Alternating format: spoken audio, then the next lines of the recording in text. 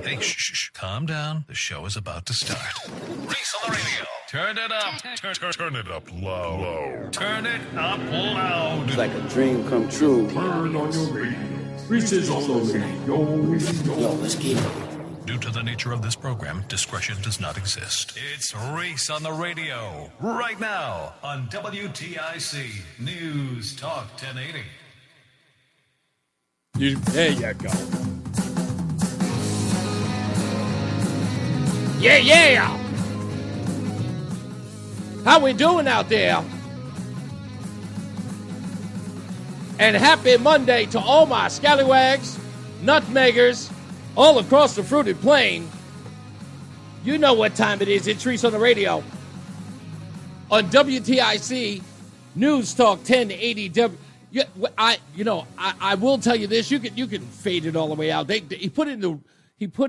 It was supposed to be a shorter version of that. That's not your fault, Justin. Don't worry about that. I thought he had the shorter version, but he didn't. Anyway, it doesn't matter. It's Reese on the radio on WTIC News Talk 1080. Give up a round of applause to Roland, who is celebrating his birthday today, which, of course, there you go. A round of applause. I think he's like 28, 29, something like that. No, he's a little older than that.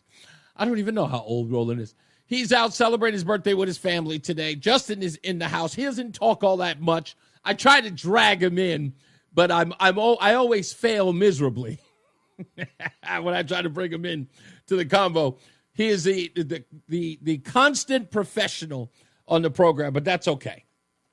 I got plenty of news and plenty of views to get into today, and we will get to that. The boy's going back this week.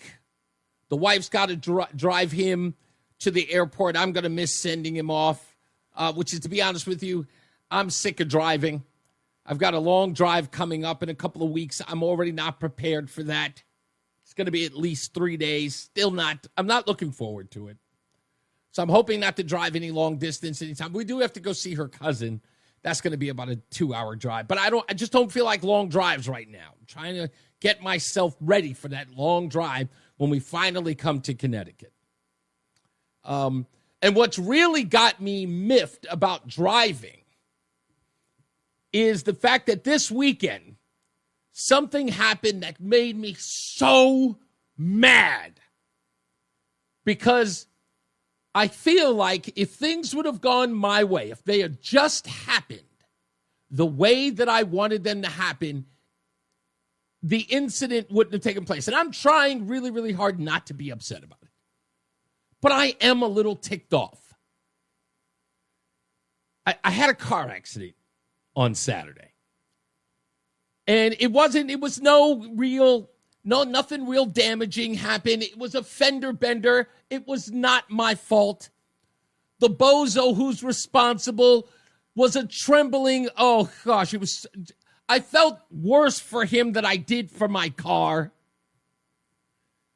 But he was trembling and he was so upset and so scared. And he had a young child in his pickup truck with him. I was more concerned about him frightening the little child that was in the truck with him, which I believe was his son, maybe his grandson, but the kid looked to be about, at best, 6 or 7 years old. Seemed like a nice enough kid. You know, I checked him and I said, hey, buddy, how you doing? You okay? He's like, yes, I'm fine. I'm like, okay, good. Because I'm nervous about him because the guy who's driving, who rear-ended us, and I can't say he rear-ended us in the sense of like he went from his front end to my back end. That's not what happened. He was coming around me. He was coming around my driver's rear side and trying to get into the passing lane. And because he wouldn't wait for the light to turn green so I can move up and everybody can move up, he tried to inch his big, ridiculous truck in between me and the partition, and he ended up running into my rear back end, which he didn't tear off, but, you know, he moved it a little bit. You can see the white meat, as we like to say, on the vehicle. And when I saw it, I was ticked off. But I saw the guy when he got out of the car, and he was just a mess. He felt so awful, just so bad. He eliminated the opportunity for me to get angry. He took it away from me because I wanted to be mad. Not that I would have gotten into a road rage incident or anything like that. I just wanted to be mad. Why? Because that day was supposed to be me just doing some stuff for the car. So we have a lighting issue with the trailer we're going to bring, and the left signal's not working, and I was supposed to go down to U-Haul to go see if they could repair it since they were the ones who installed it. And I was going to do that. It was a fuse problem. I'll just go to the, one of the, auto body places, like Advanced Auto or Pep Boys or one of those places, and I would get the new fuse, and I would do that. But it would just be a me day. But the wife says, can I come? And of course, because she's got to come, so fine. Get her in the car, and then the accident happens. We're 7 minutes from the house, the accident happens. And then after we get all of our information, we drive off, and I've already got an 11:30 appointment. It is 11:07. I know it's going to take at least 10 minutes to get there from where we are. And then my wife says, can we stop and get breakfast?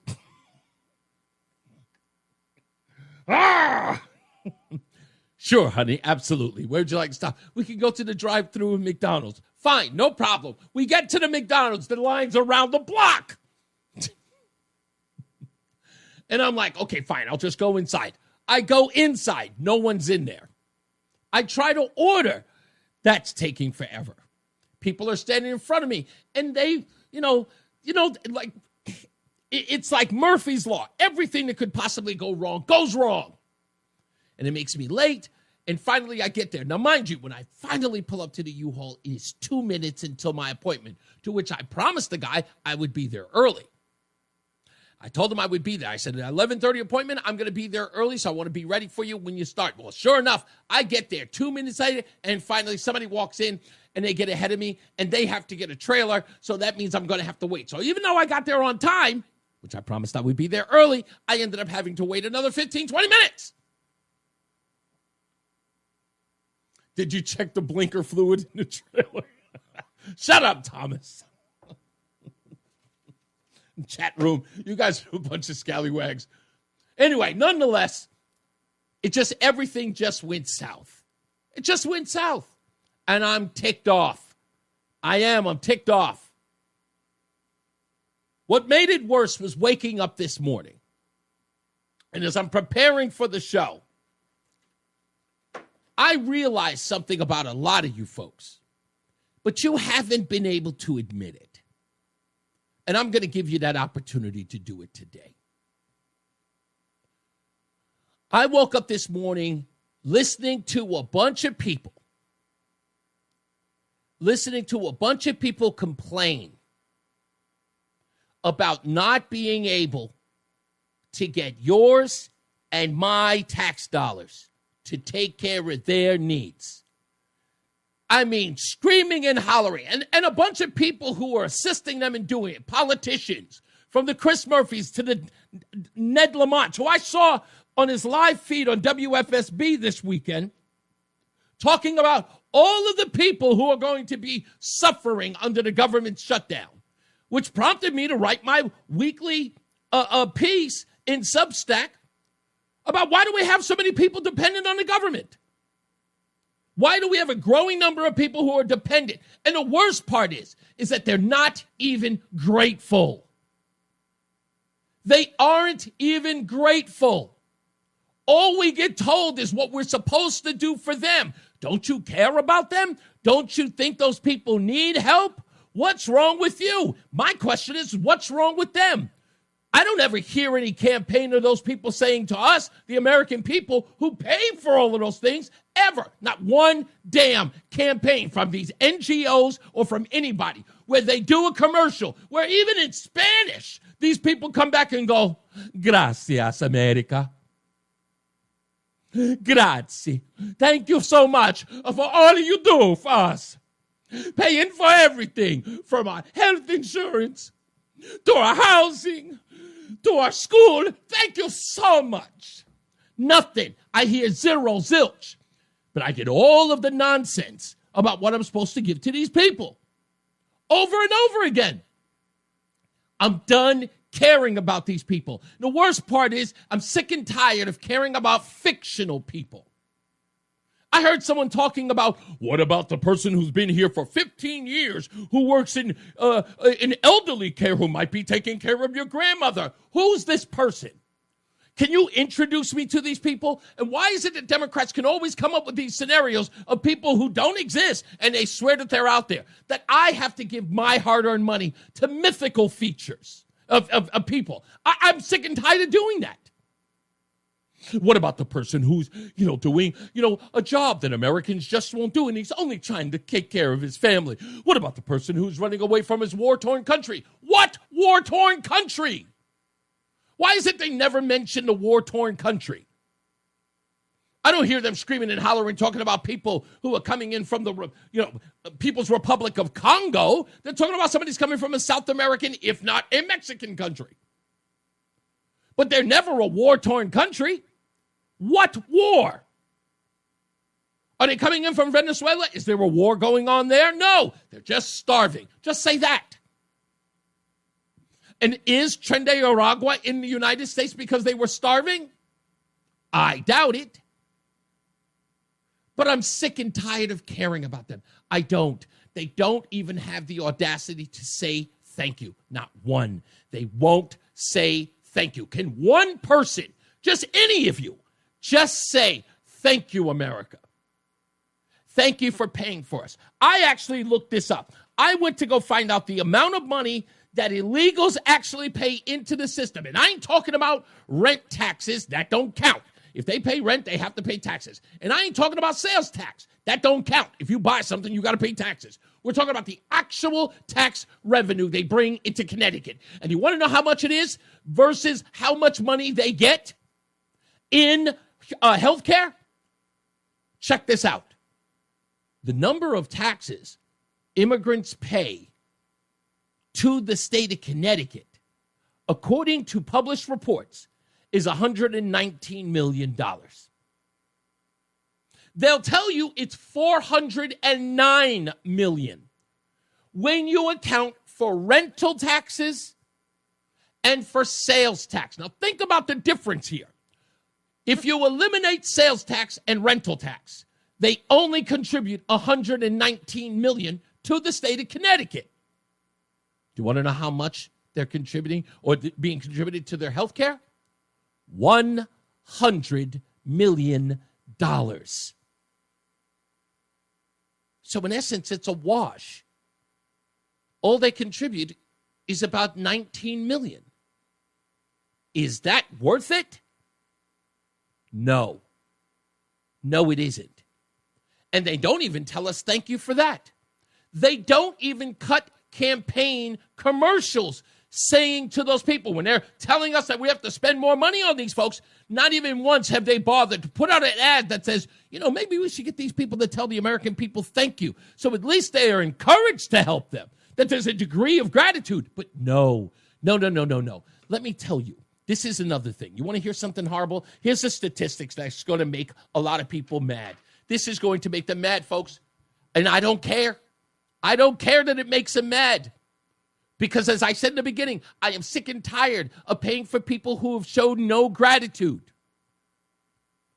I had to check this out. Somebody posted this, and I thought they were just being racist and bigoted. I was like, no, there's no way that that's true. So I had to look it up. And I actually did extensive research on it, and it's baffling. Let me begin by saying this. It is absolutely a fact that the African American community is not the biggest recipient or the largest recipient of welfare in this country. That is a fact. African Americans are not the largest recipients of welfare in this country by any means. They only take in 26%. African Americans make up 13% of the population. African Americans make up 13% of the population.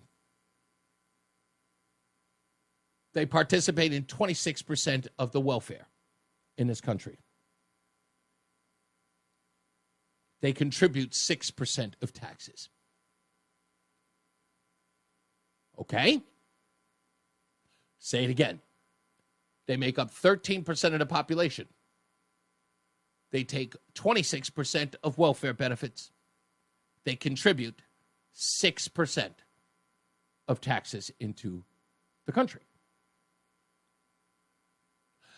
Again, I'm sick and tired of caring about people who don't have the gratitude to say thank you. I'm done. It's a joke. And the fact that no one even has the common decency to say thank you. You think that's bad? Try this on for size. This is an actual supercut that I saw this morning. Actually, I saw it last night. But I watched it again this morning. It made me even angrier. Trump done cut no food stamps off. So they say 2 million is getting cut off this month for the stamps. I'm about to go find out if I'm in that number, in that ratio. It's been day 5 and I have not received no food stamps. My disability checks is on hold. My cash benefits is not coming no more. They're still pending. It is the taxpayer's job to pay for my kids to eat and for my kids to be taken care of. I have over 2,000 followers on TikTok and I can't get not one person to send me 50 cents. If you're watching video and you can't send me nothing, I'm blocking you. Not even a thank you. Just entitled. All of them. Every one of them. Entitled. And the people who represented him, who represent them in Congress and in the Senate, every single one of them, they've never once told you thank you. They just say you got to do it. They'll cut a video all day. They'll be on the news all day. Never once has said, these are things that we have to support. These are things that we have to invest in. These are the things, they're your neighbors. They're your friends. Okay. Even my neighbor says thank you when he borrows the lawnmower. Even if he doesn't return it for months, he still says thank you. And never once have they thought about doing that. Name one. Name one. They would get us to at least consider it if one of those people instead of calling us fascists, how about stopping for a second and just turning around just going, look. Okay, I get it. We're clearly taking you folks for granted. Okay, and I understand that you want them out because they're obviously siphoning off every resource they possibly can. But these people need you, and they really, really thank you for doing all the work that you've done, for giving them the tax dollars that you've given them. They really are. Look at what they've done with your money. They truly are grateful. No! They're admonishing you for saying no more. Even knowing that you're frustrated, that you're angry, and you had enough, they haven't even turned around and said, we're sorry. F that. I've got no more time for people lecturing me about who these people are and what they need. And for those of you who are out there who are listening to my voice who say that you care so much about them, ask yourself, wouldn't it be nice? Wouldn't it be an extension of an olive branch to the rest of us just to say thank you or to be considerate? Just a little bit? Cut a damn commercial. You guys have got all the money in the world. The only thing that you're paying for is resistance.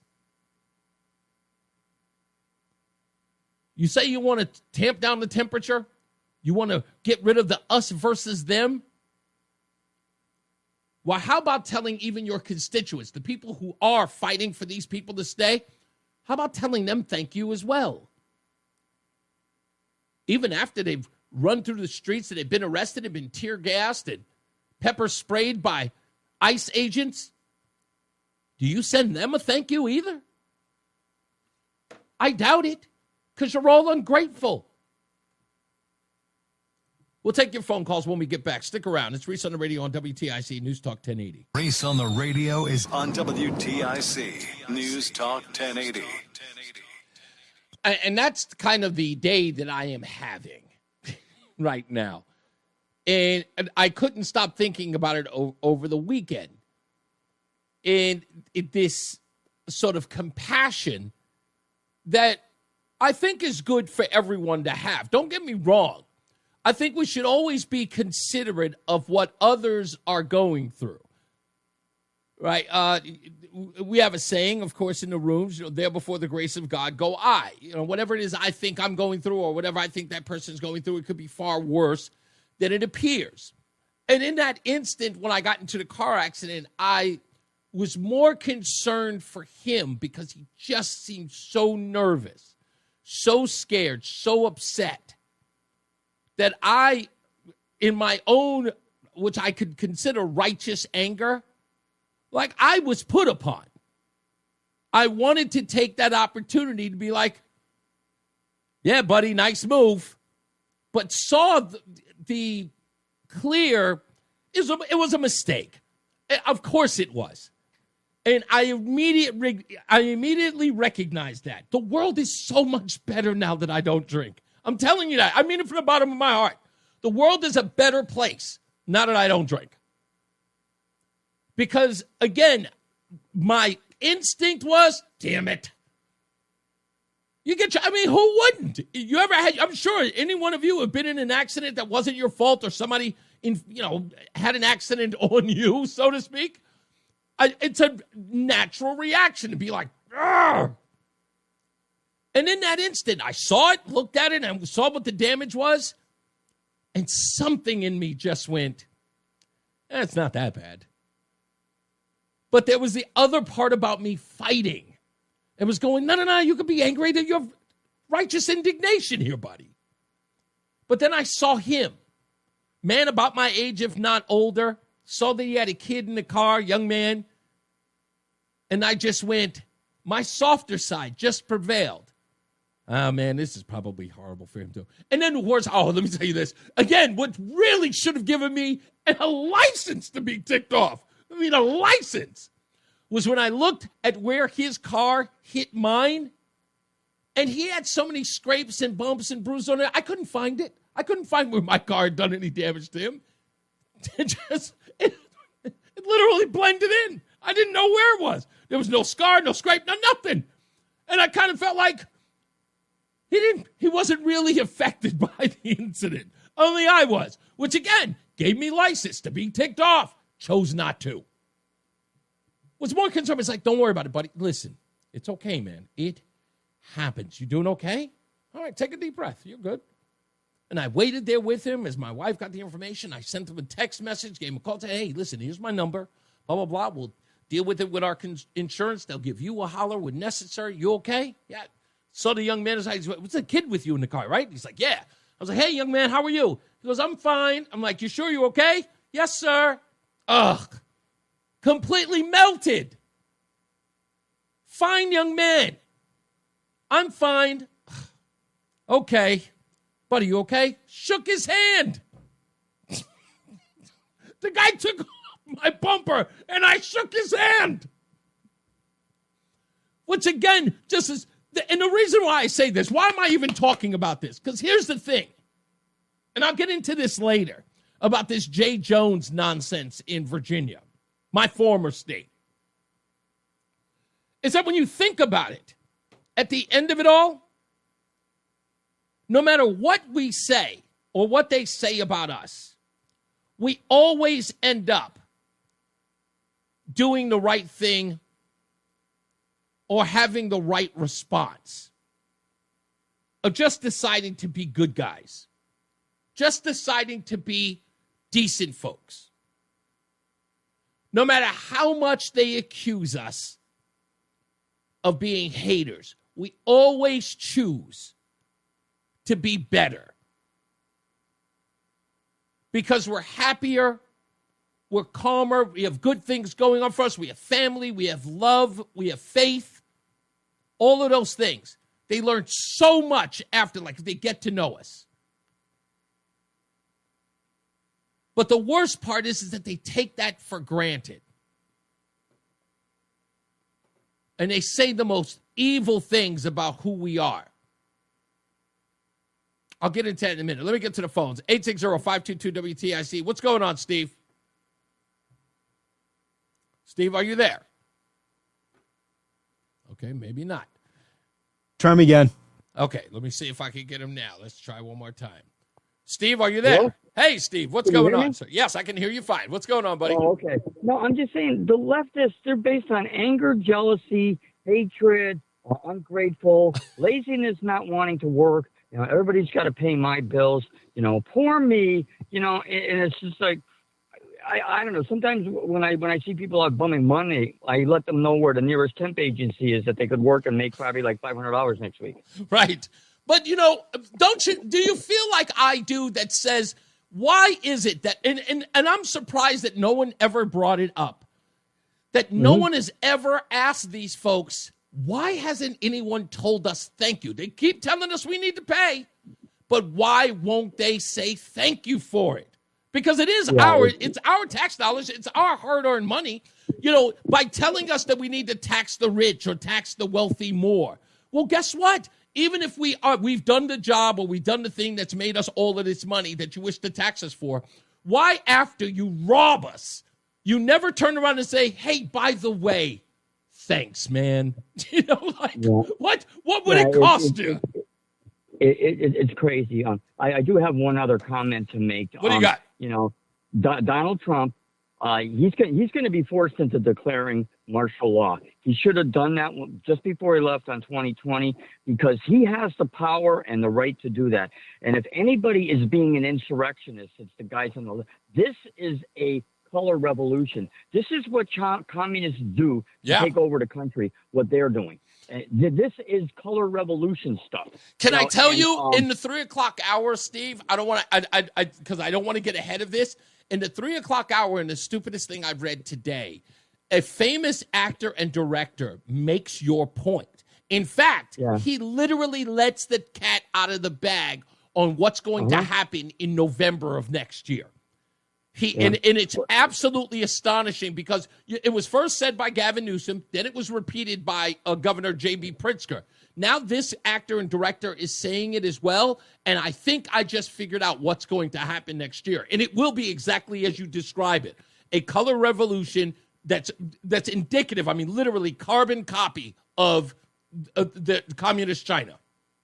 Yeah, exactly. You're 100% on point. Exactly. Thank you, man. You got it. Let's go to Mikey. What's going on, sir? What's happening, Reese? How are you? So I'm listening to you talking about the immigrants, and even after you arbitrarily cut off rent tax and sales tax, they're still paying more into the system than they take out. Well, I'm glad that you want to mention that because, again, those things are an arbitrary tax that you cannot you can't wiggle your way out of. They're baked in taxes, right? So I don't count anything that you can't avoid because the rest of us, if you really think about it, every other citizen has a tax that they have to pay, but they can wiggle out of that pays into the system. Yes? I don't know how it's relevant. They're still paying in way more than they're taking out. You're missing. No. Okay, you're saying you're having a problem finding out how it's relevant. So if I may push back on you on that question, because you don't see how it's relevant, does that mean it's not? It means that I don't see a logical argument for it, and I haven't heard you make one. It doesn't mean that I'm not making. Something. Okay, so as far as a logical argument, here's what I'm trying to say. An unavoidable tax is not the same thing as the taxes other folks are paying. If you're paying rent and you're considering that a tax, and all I want to say is, do you pay rent, by the way? Do I pay rent? Yeah. Okay, where are the taxes in your rent? Where are they? Yeah, it's an unavoidable tax. Where are the taxes in your rent? Let's say you're renting a house for $1,800 a month. Where's the taxes in your rent? I have no idea. There are none. There are none. That's the reason why I discounted them, because nobody pays $1,800 plus tax for their rent. So do you see what? Okay, so just so wait, Mikey, so we understand each other. So I make this argument everywhere. So when I'm making an argument about something, please know I've already thought about it because I paid rent in my life. And guess what? I have a home, so I pay a mortgage. I know exactly what I pay into anything. So when I'm asking the state, what do you mean by rent taxes? Everybody turns around. Nobody even bothered to even ask the question, how do you pay rent taxes? I'm not paying $1,800 a month plus tax. I'm just paying $1,800 a month. But guess what they're calling it? Guess what the tax is? Sales tax? I don't know. That's all the tax there are, sales tax. So if you shop, if you eat, if you go out to dinner, you're paying a tax there. But again, that's an unavoidable tax. So why did I excise that from my numbers? Because again, there's no such thing as a rent tax. Well, there's sales tax. Yeah, but a sales tax is unavoidable. Can you get out of paying a sales tax? No, but Reese, the question is, are they a bigger drain on the system than what they pay in? Yes.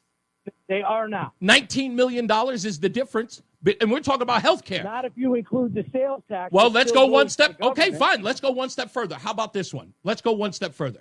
Now, if you know for a fact that they're paying $119 million in taxes, right? $119 million in taxes, and the state is giving them $100 million for health care benefits, and you also know that the state is paying $649 million in education.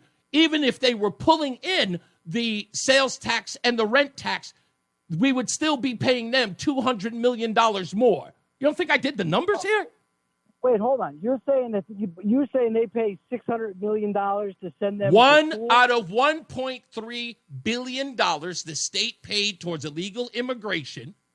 $649 million went to education. Okay. Well, you didn't mention that number before. Why would I do number that? from? There's no, again, because we're talking No, about, you, I'm telling you, okay. But where's the number from? What do you mean? Where's what number from? You just said they pay over $1 billion for illegal immigrants a year in this state. No, that's the last number the state paid for illegals. And that's from Connecticut Insider, Connecticut Mirror, Hartford Current. Okay. That's from every place. And you can go look it up right now. $1.3 billion. Over $649 million went to education. Now, let me finish. Even if they were contributing the whole $450 million out of that nonsense number that they were giving us before, we're still giving them another $200 million more than they put in. So hold on, I got a question, and this is because I don't know. Out of that billion, are they saying that it's $1 billion in benefits, or are they counting law enforcement? I don't know what they're counting it for. All I know is it's $600 million, 649 to be exact. 649 is going to education alone. Okay, but the other money we don't know. No, I'm thinking his breakdown, but I don't have that in front of me. I just knew that number because I found that to be astonishing. That's almost more than half going straight to education. All right, so I'm gonna look into it because I know nationally they pay more in than they take out. Well, that may be the case, but remember, if they're counting for numbers like sales tax, that don't count. And I looked at those numbers.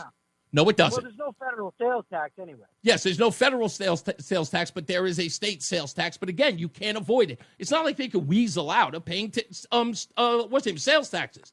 Well, the question isn't about their honesty. The question is about, are they a drain on the system? Yes, a drain on the system because, again, only thing you're saying here is, let's go this route.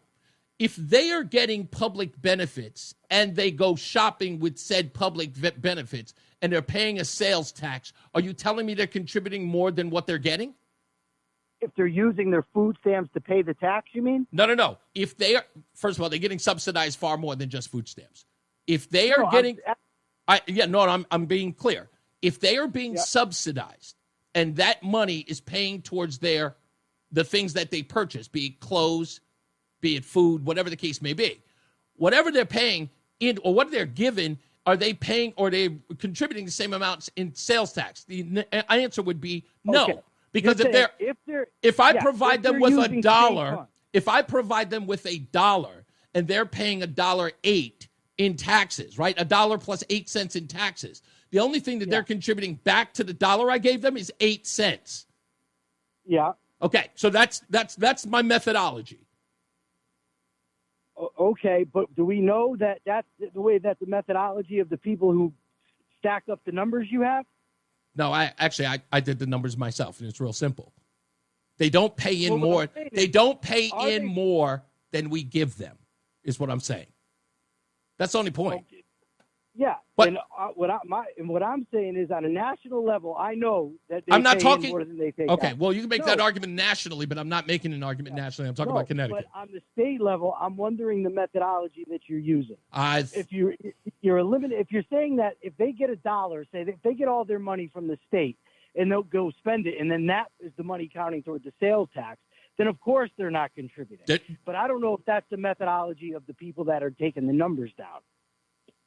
Oh, I don't know about that, but okay. That sounds like a different argument. But anyway, I'll make my point in a minute. Thank you, man. I got to take a break. We'll be back. More news, more views. We'll take more of your phone calls when we return. It's Reese on the radio on WTIC News Talk 1080. It's Reese on the radio. And don't say we didn't warn you on News Talk 1080 WTIC.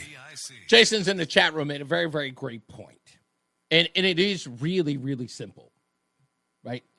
If a person is subsidized with tax dollars and they then spend that tax dollars. If I subsidize Jason with my tax dollars, every dime he spends is taxpayer money, not his own. He's got taxpayers' money in there. He then buys stuff, and they're now counting that as a contribution to the tax or to taxes coming in. That is the definition of nonsense economics. It is ridiculous. Tom Vilsack tried the same thing back in the Obama administration when he said that every dollar that goes into food stamps brings $2 to $3 back into the economy. That doesn't even make any sense. And these people have been trying that stupid math for the longest. If I provide you with and I get this idea that, what about the jobs that they have? Well, let's talk about the jobs that they have. Are they being paid off the books? Yes, they are.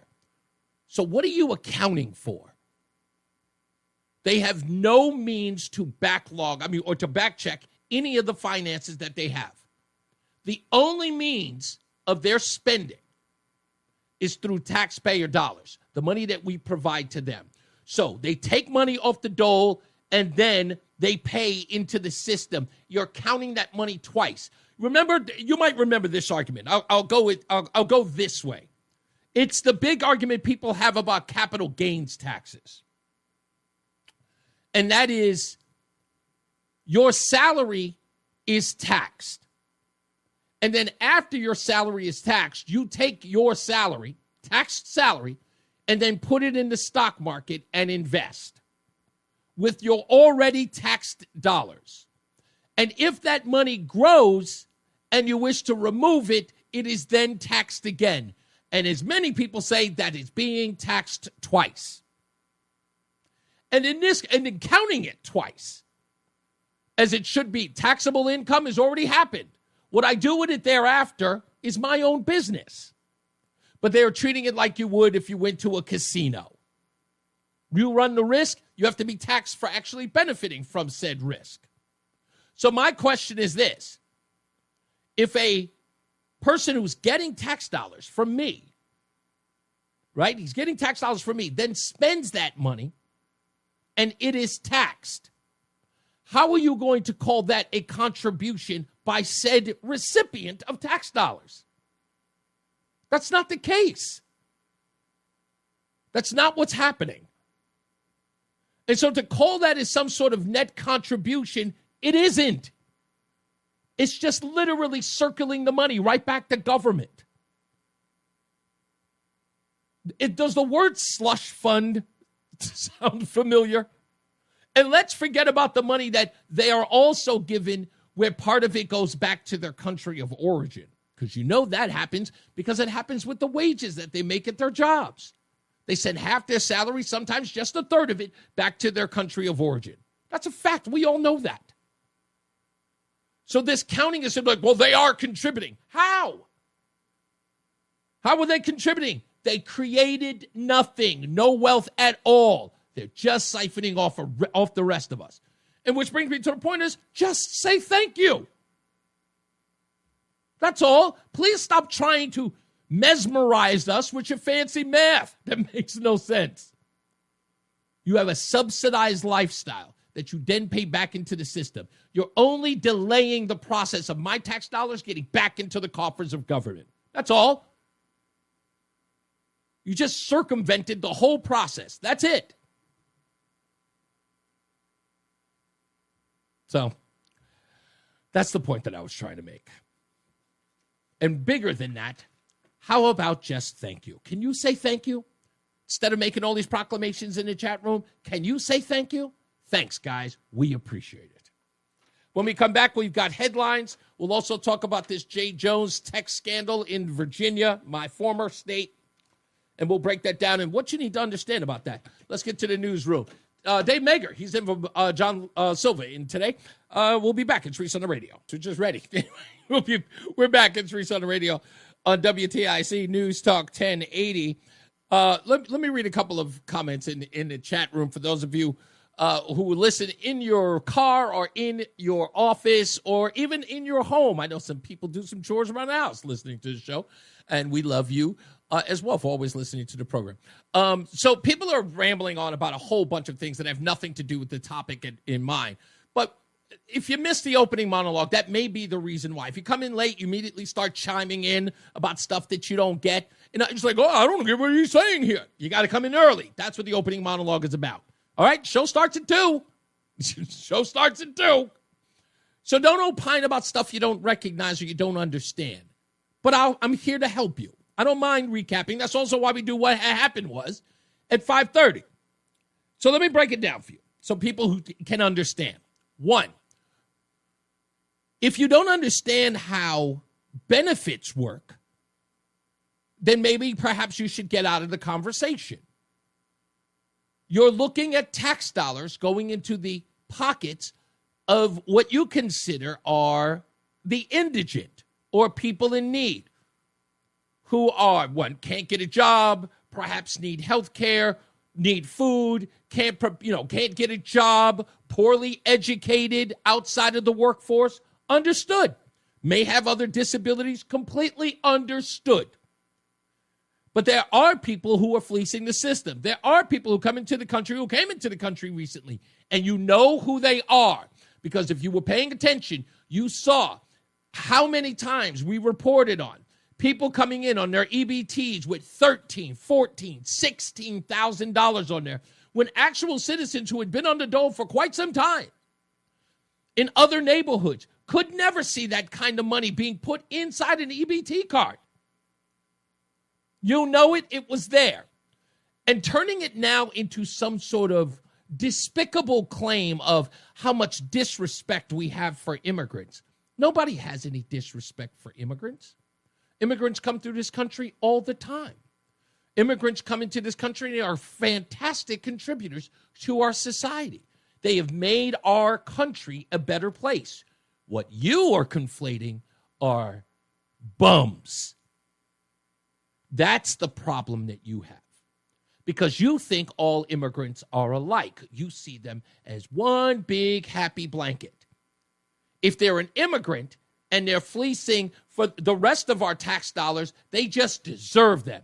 And any sort of pushback on the abuse that those people have been clearly showing us, and we've seen them, we've seen plenty of reports about it, because you've ignored them and you won't pay attention to them. I don't care if you've ignored them. I don't care. The rest of us have. The rest of us have got some skin in the game. So pardon us while we bring attention to that. Did you see the stories about the 5-star hotel rooms that they were given, where they were trashing the food, where they were given through your tax dollars because it wasn't ethnically diverse enough for them, even though they were giving a free ride staying in a hotel that you can never afford in New York City? Huh? How about people who were up in the tents in Randall Park near the Bronx, were inside? They were given PlayStation 5s. How long were you on a waiting list for a PlayStation 5? These folks, all they had to do was cross the border illegally, and they were given PlayStation 5s inside their little camps for their children to play. They were just given to them. These folks are given goodie bags. Why? And out of your tax dollars. And never once did anybody turn around and say, we'd like to thank the American people. I watched a video today of a woman in Spanish complaining about the free food she was getting while she was staying for free in a plush hotel. I see these people do anything and everything inside the communities, from run sex trafficking rings to drug trafficking rings to just plain old criminality,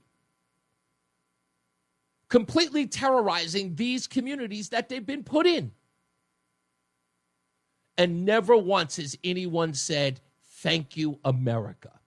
They also have the nerve that when you interview them, and many people have, to call this country a hateful, racist place while they eat off of our plates. And what you have the audacity to tell me is we are disrespecting the immigrants? I've got one thing to say to any one of you. Imagine you had been treated like that in your own home. Because your home is sacred. You would lose your minds if it happened at home. But then again, you probably have no respect for this country. You believe that everybody out of every other place around the world can come into this country and take a big, fat, steaming dump on it because you hate this place. But you're the type of folks that would sit by, eat popcorn while the country burned to the ground and think you were benefiting from it because you're petty and silly.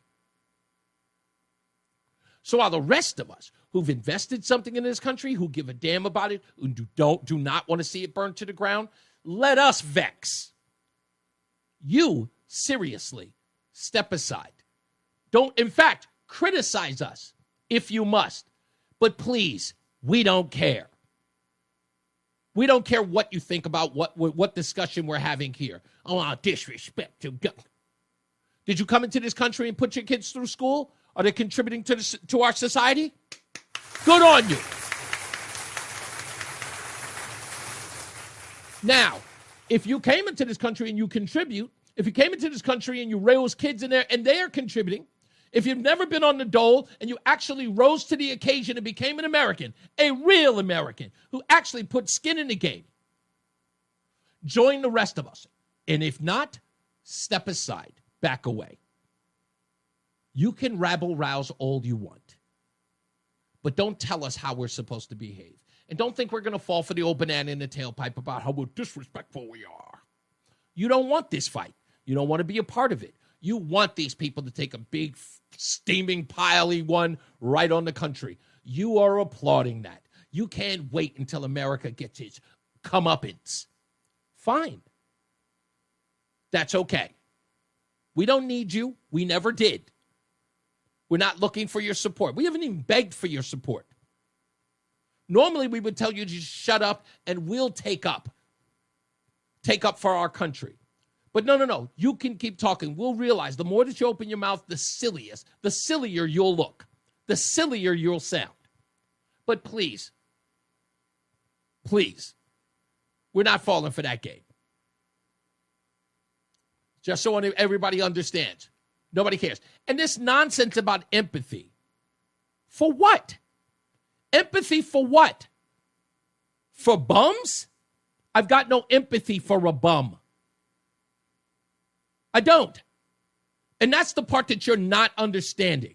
And you know that they're out there. Now, if there's somebody who's coming into the country that's on the dole, that's contributing and saying, I got to get off the dole, I got to make sure that I contribute to the country that is hosting me, that when I come in, I make sure that I make this the greatest country ever, that the reason why I trekked so long to get here is to make something of myself and to become an American citizen, that I have pride for the country, that I navigated thousands of miles to get to. Hell, we applaud you. But if you came here to see, they're giving out free stuff, you're a bum. And we need to start calling them out as bums. If you want to call them patriots, that's your business. But the rest of us are not falling for that nonsense. They are bums. They are leeches. That's what they are. And you know who they are. And the people who wish to give our tax dollars to them, again, don't have the decency to turn around and say to us, while they take our money, and I mean take our money, and give it to those people, by the way, without our permission, without our consent, and tell us when we say something about it that we're just a bunch of racists and xenophobes, while they take our money and fund these folks. And then tell us, don't say anything about it, stand by. At least we have the decency to say, if you disagree with us, chime in.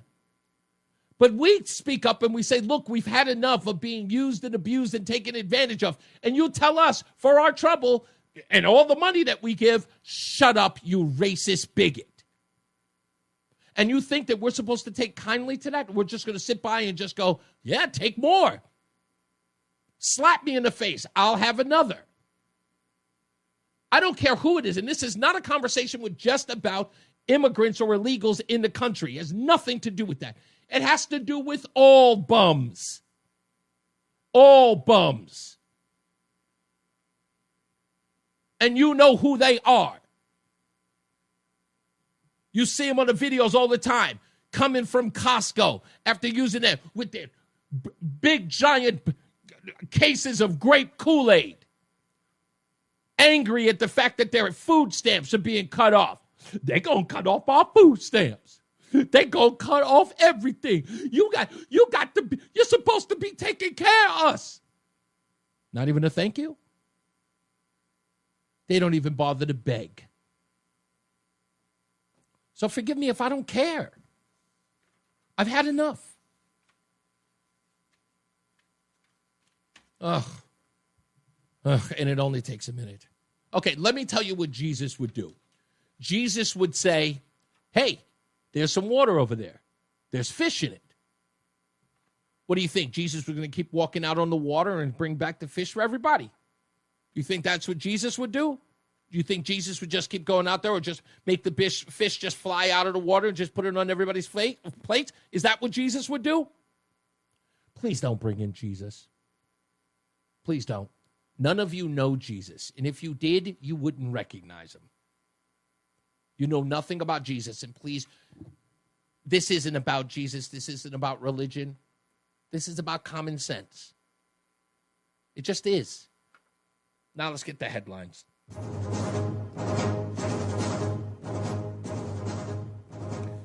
A Connecticut mom is in prison now. She's accused of poisoning her estranged husband with antifreeze as the pair was locked in a bitter custody battle over their children. Kristen Hogan, 33 years old, was arrested in Ridgefield and charged with 2 counts of attempted murder and 1 count of interfering with an officer on Friday, according to documents released by the Connecticut State Police. Hogan allegedly poisoned wine and iced tea at her estranged husband's home with ethylene glycol, the main ingredient in antifreeze. Her husband, who was not named in court documents, drank a small amount of wine stored in his fridge. That's a crime in and of itself. On August 10th, but he soon realized that something was wrong after repeatedly waking up sick throughout the night.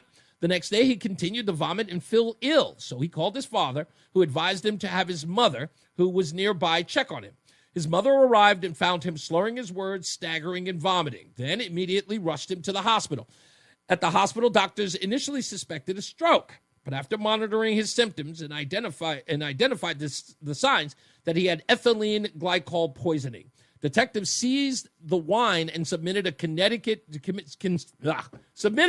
the Connecticut Forensic Laboratory, where it tested positive for ethylene glycol. Investigators also found that Hogan's, the woman's, cell phone contained searches for several toxic substances, including potassium cyanide and methyl ethylene glycol, as well as questions about, quote, how much of these substances would kill you. I just take a deal, my dear. I just take a deal. I would just take the deal. In a shakeup that we'll be watching very closely, Paramount has purchased the Free Press, previously owned by New York Times columnist Barry Weiss, for $150 million, and has named Weiss as editor-in-chief of CBS News. Barry Weiss has been a recent champion of removing bias from the mainstream legacy media for years now.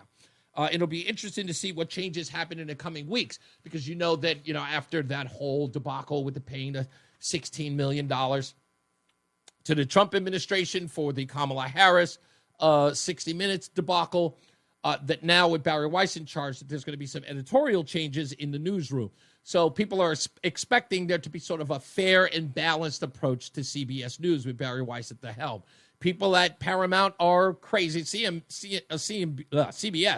is a little worried about what she's going to do there as well. Congratulations to Rosie O'Donnell.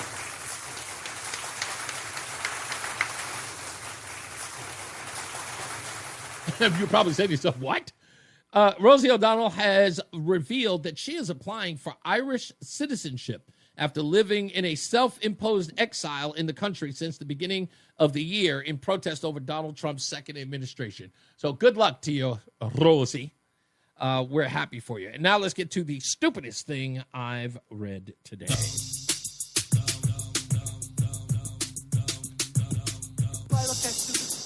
you do. Stupid as can be. This could very well be the stupidest person on the face of the earth. Stupidest thing I read today comes out of MSNBC and Rob Reiner. Rob Reiner, of course, the famed actor and director from All in the Family and When Harry Met Sally and, of course, countless others. Rob Reiner was on with that guy Vesci, whatever his name is, and he gave up the goods. And the reason why I say it's the stupidest thing I read today, he said that the United States only has 1 year before it's turning into an full-on autocracy. And he says that Donald Trump will attempt to steal the midterm elections. But listen close, because the phone call that we had earlier is exactly what Rob Reiner is saying here. And I'm hoping you can catch it. Listen close. Make no mistake, we have a year before this country becomes a full-on autocracy and democracy completely leaves us. And we're looking at the election in 2026, and Donald Trump knows. He knows that in a free and fair election, he will lose. He will lose the House. The House will flip and will become into Democratic hands. There'll be committee chairs that'll be able to hold hearings, and this is the last thing he wants. These ICE agents and the National Guard, and now he's called the military in from all over the world. Don't be surprised when polling booths are surrounded by American military. Now, think about that. Polling places surrounded by military to make sure that the election is on the up and up. Now, here's the thing that Lori says, meathead. Listen to what Rob Reiner says here. Now, remember, if the guard is there, standing at polling places, what does that mean? Well, it will more than likely mean that illegals won't show up at polling places. That's without a doubt. But see, as Democrats like to do, and I said this to you last week, they hand you their playbook. They tell you what they're going to do. And he gives it up right here. Listen to what he says. The guise of making sure that the elections are fair and that nobody's tampering with anything. And when you see violence breaking out, which there'll be protests, there'll be inciting violence, there'll be some violence, and they'll keep back. Then you'll see the commandeering of voting machines, ballot boxes, to make sure that that election is secure. Now think about that. Because the ICE agents are there, because the military is there, Rob Reiner says that there will be protests. There will be violent protests, he says, which will give Donald Trump the authority to then completely wrap the thing up in martial law. So he doesn't say, remember, it's not going to be the military out there just grabbing folks and starting fights with them. Rob Reiner knows that the mere presence of military, the mere presence of ICE being there, that the radicals will go out there and start the fight. And then Donald Trump. Now, how do we avoid that happening? It's real simple. You simply tell your rabble-rousers, your Soros-funded, crowd-sourced groups that are out there, you simply say one thing. Hey, don't do that. That's going to give Donald Trump license to shut it all down and steal the election. Don't agitate them. That's all you have to do. But Rob Reiner's saying here they're not. They're going to do the thing that will make Donald Trump do the thing. And he's not shy about pointing out there are going to be violent protests. By whom? It clearly won't be by the military. It won't be by the ICE agents. It will be by his folks. And they gave it up. Just like you heard. Gavin Newsom said it, that there's going to be ICE agents at polling places. Why would there be? To make sure that illegals don't come in. That's going to hurt them. If illegals can't come in and vote, if illegals are afraid to come to the polling places, no way for them to win. California, Illinois, it's a wrap. That's exactly what it's almost like, they're telling you what they're going to do. I would take them at their word. That's what I would do. I would take them at the word. That's why I said stupidest thing I read today. Why would you give it up like that? Because I would be on the watchful eye. Does this mean that these knuckleheads are going to stand down? Are they actually going to give Donald Trump the thing that everybody says he wants in the first place? Martial law. If you ask me, I don't think that they can contain themselves. We'll get into that later, too, because if you remember, folks, we were told we were supposed to be afraid of this authoritarian regime. But I got one question. Does it look like these people are afraid? You've seen the video. Does it look like they're scared? I doubt it. We'll be back. We'll take your phone calls, too. It's Reese on the radio on WTIC NewsTalk 1080. Oh, hold still. This is only going to hurt a little. It's Reese on the radio on NewsTalk 1080 WTIC. Programming note, folks, tomorrow is October 7th, and at number 3 Primrose Street in Newtown, Connecticut at 7 p.m. Tomorrow, October 7th, Newtown, Connecticut at 3 Primrose Street, 7 p.m. That is going to be the Board of Education meeting.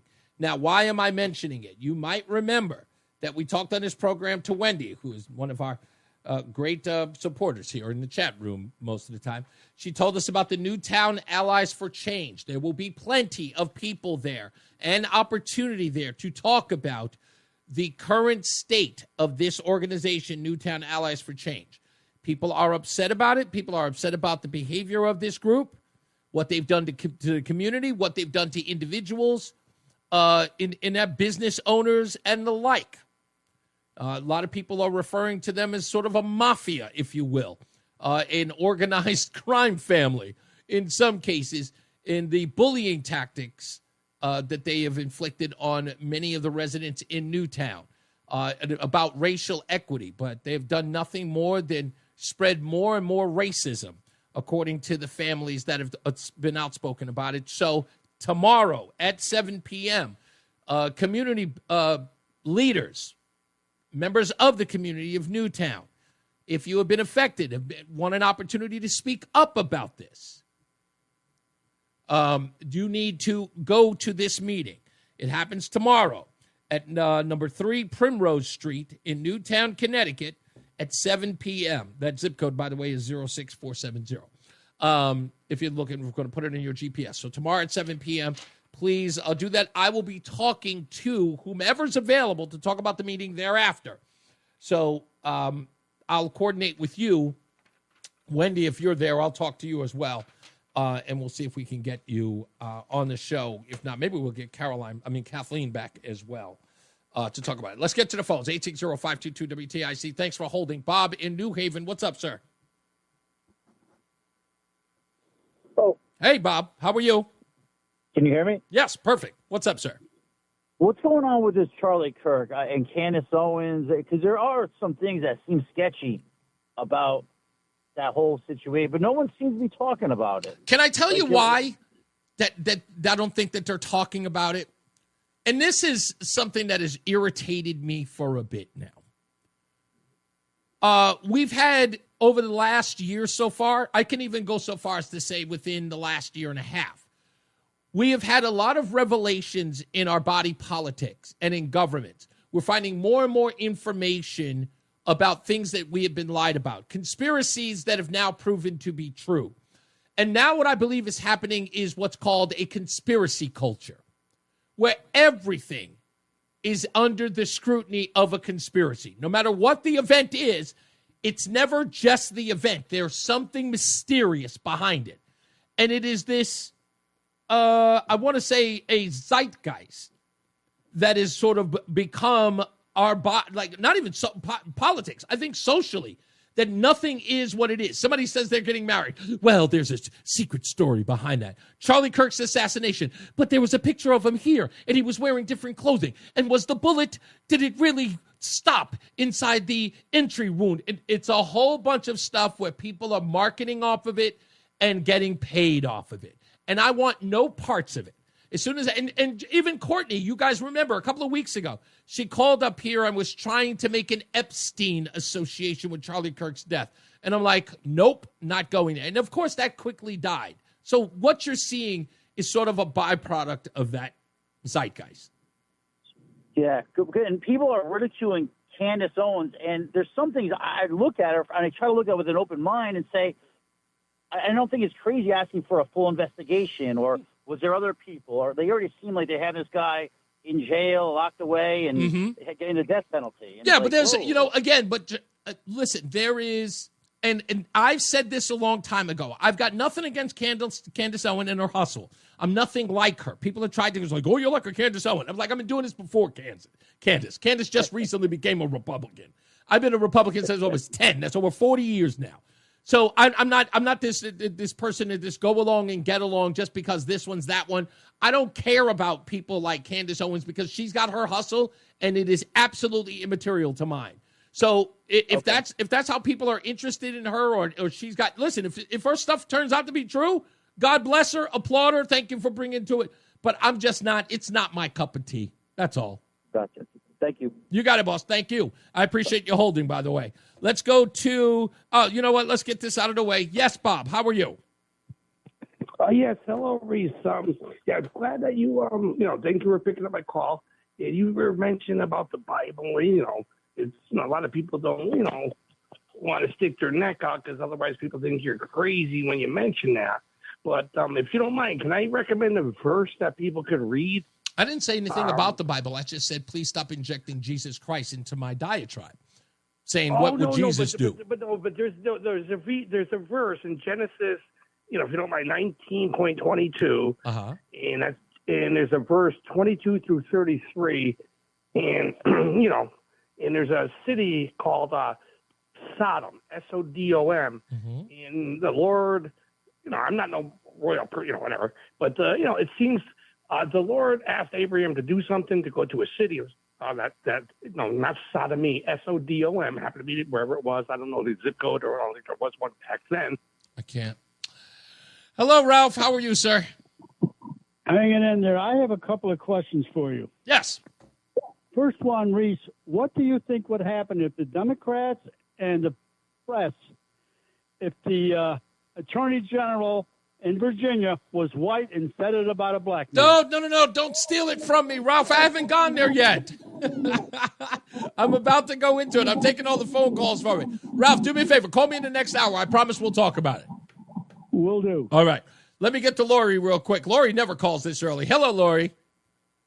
Hi. Well, I happen to be able to work from home today, so I was listening while I'm doing some work on my computer. And finally, someone brought up Candace Owens. Listen, I bless her heart, but I think the cheese has slipped off the cracker and it might be on the floor because the conspiracy theories that she comes up with make no sense. I think she's doing it purely for the clicks.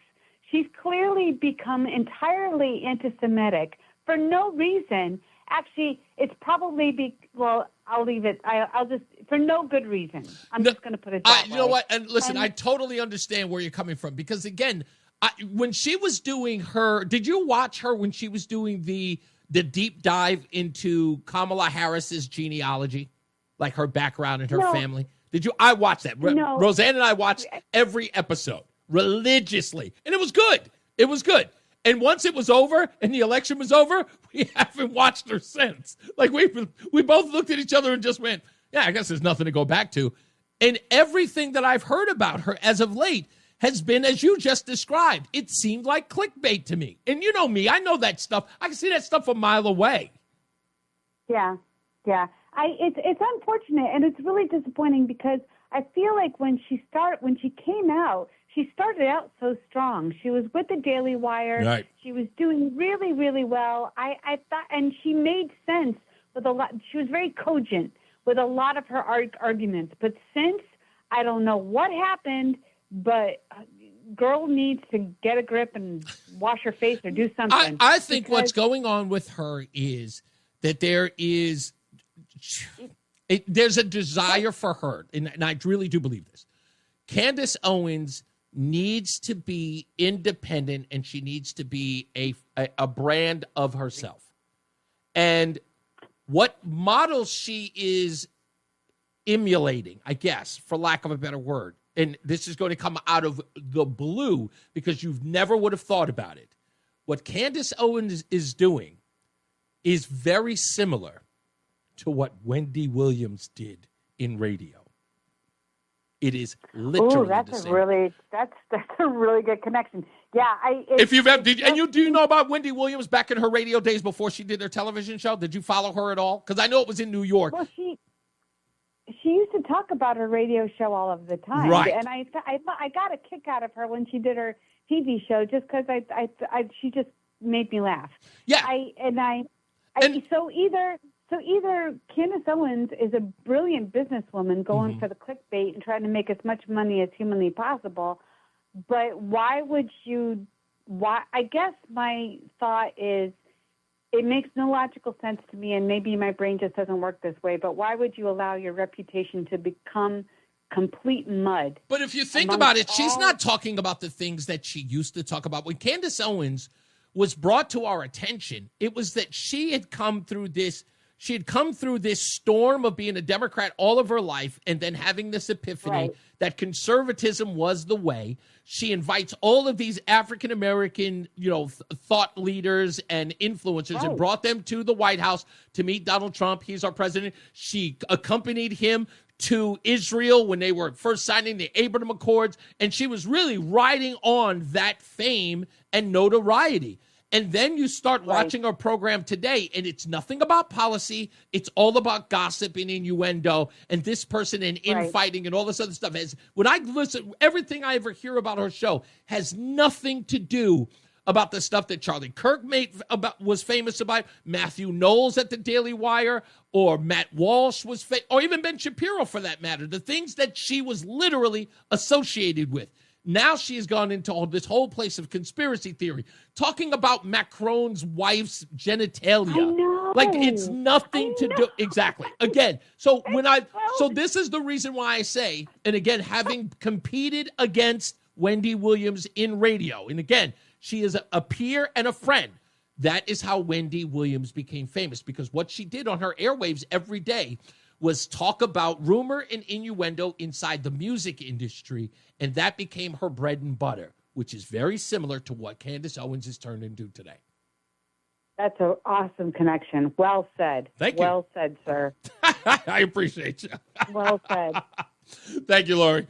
When we come back, okay, be prepared for this. I am going to read these text messages that are in question with this guy, Jay Jones, guy you don't know anything about. He's only become famous today because he is national news. I will get to that. But I want to tell you what the most important part about this is. And it is rarely being talked about. And it's in the text. And the problem here is not Jay Jones. The problem is the party he represents. And that is being exposed every day. So stay tuned for that. I got to get into that. Don't forget, folks, tomorrow in Newtown at number 3 Primrose Street in Newtown, Connecticut at 7 p.m. tomorrow, there's going to be a Board of Education meeting where people will be talking about why did I forget their name already? I try not to even bring their name into the fold. This group that people in the Newtown, there it is, Newtown Allies for Change, which is the organization that many in the community are saying are bullying folks. And, they're doing a whole bunch of stuff in the name of being anti-race or anti-racial that's causing some problems. And people want to talk about it, and they want to address the Board of Education about it, because one of the people in question, Danielle Slaughter-Lozer, is a part of that conversation and the things that she left online as they relate to Charlie Kirk, and, of course, as they relate to other parents' children, and things like that. So they're going to address that in the meeting as well. And if you want to opine about that, you need to get down there and do it. Again, at 7 p.m. tomorrow, Newtown, Connecticut, at number 3 Primrose Street. And if more people are coming, they will move this. Is this correct that this is a public school, and if it gets a large attendance, it'll be moved to the high school? So I don't know if that's the case as of yet, but if you'd like to go, it's the council chambers. Okay, good. So number 3 Primrose Street in Newtown, Connecticut, 7 p.m. When we come back, we'll get to some weather and traffic. Dave Maker's got news. He's in for John Silva. And, Jay Jones. Oh, and Kavanaugh assassin getting 8 years. We'll break that down as well. And, I want to tease Melba Moore's going to be on the program tomorrow. We'll talk about her and her new book. She'll be on tomorrow at 4 p.m. All right, so stand by. We'll be back. More news, more views, your phone calls, and your chat comments as well in the chat room when we return. It's Reese on the radio on WTIC News Talk 1080. I feel, I don't even know how to feel about that Mark Sanchez story. But if there's video of that altercation where Mark Sanchez is attacking a 60-year-old truck driver, if there's video of that, goodness gracious. I don't know anything about that kid, but Mark Sanchez, that is. I know I had to deal with him a couple of years as the quarterback for the Jets, but goodness gracious. I saw that man's bloody picture, the truck driver, inside the hospital. Goodness. I don't even know what to say about it. I don't. I also hear congratulations are in order. Woody Johnson is going to sell the Jets. Yes, finally. Finally selling. Just end my misery now. Sell them. Get somebody else in there who cares about football. Woody Johnson doesn't. I don't care if he's a Republican. I don't give a damn if he's a Republican. I don't care if he supported Trump. That means nothing to me. Nothing. Just sell the team. Get it in the hands of somebody who cares about football. Get it in the hands of somebody who cares about hiring a coach who knows how to win. Okay? Just I'm so disappointed in Aaron Glenn. It's a mess. I couldn't even watch that game. You went against the hapless Dallas Cowboys, who for some odd reason is inexplicably still referred to as America's team. What is wrong with you people? Can you just give just anybody else? Can they be America's team? Just anybody else. I can't. No, I was going to say, why not Detroit? But I went, please no. Please no. And not Kansas City, please. No. In that case, never mind. Just never mind. Forget I said anything. Forgive me. I should have said nothing. I should have stayed away from the conversation altogether. I can't think who you possibly make America's team at this point. I'm over it. I'm just over it. Everybody is saying happy birthday to Roland, who is out today to celebrate his birthday. Did I take a day off on my birthday? I don't even remember if I did. I doubt it. Not that I'm not shading him. I'm not shading him. I'm just saying. I don't think I did. Probably because I wouldn't anyway. Matty O says, oh my God, Reese, you just made my year. Woody Johnson was the worst thing that ever happened to me since Barack Obama. I'm sorry. I can't. I can't with Woody. I tried. I can't. I don't know how many times you have to send a letter to a guy and say, stop hiring defensive coaches. Just stop. Can we get an offensive coach? Just one. Just one. Just every time you turn around, defensive coaches.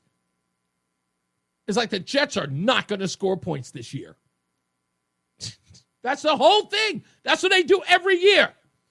As soon as they hire a coach, they'll say, hey, Woody, who are you hiring as a new coach? Let me just tell you that we don't think the Jets are going to be scoring any offensive points this year. We're going to really focus on the defense. We're going to stop other people from scoring on us. But, you do have to score some points to win.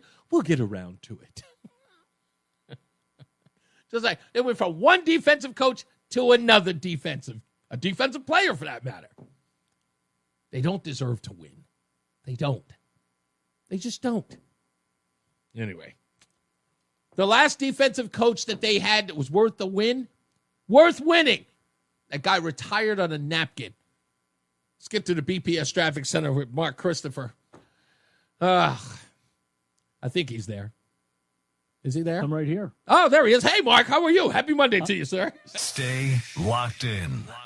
Reese on the radio is on WTIC News Talk 1080. Before we get into the between rounds winner, I just want to say that the Babylon Bee, you guys, you couldn't be more cruel but funny at the same time, says that Mark Sanchez will be sentenced to 5 more seasons with the New York Jets after his altercation in Indianapolis. That's just cold, man. That's just cold. It's a serious case in that man. I just heard Dave Maker say the truck driver was 69 years old. Sanchez is 38. Like what? For Pete's sake, you moron. Ugh. And I saw what that man looked like afterwards. Goodness gracious. So, anyway, let's get to this. Between rounds.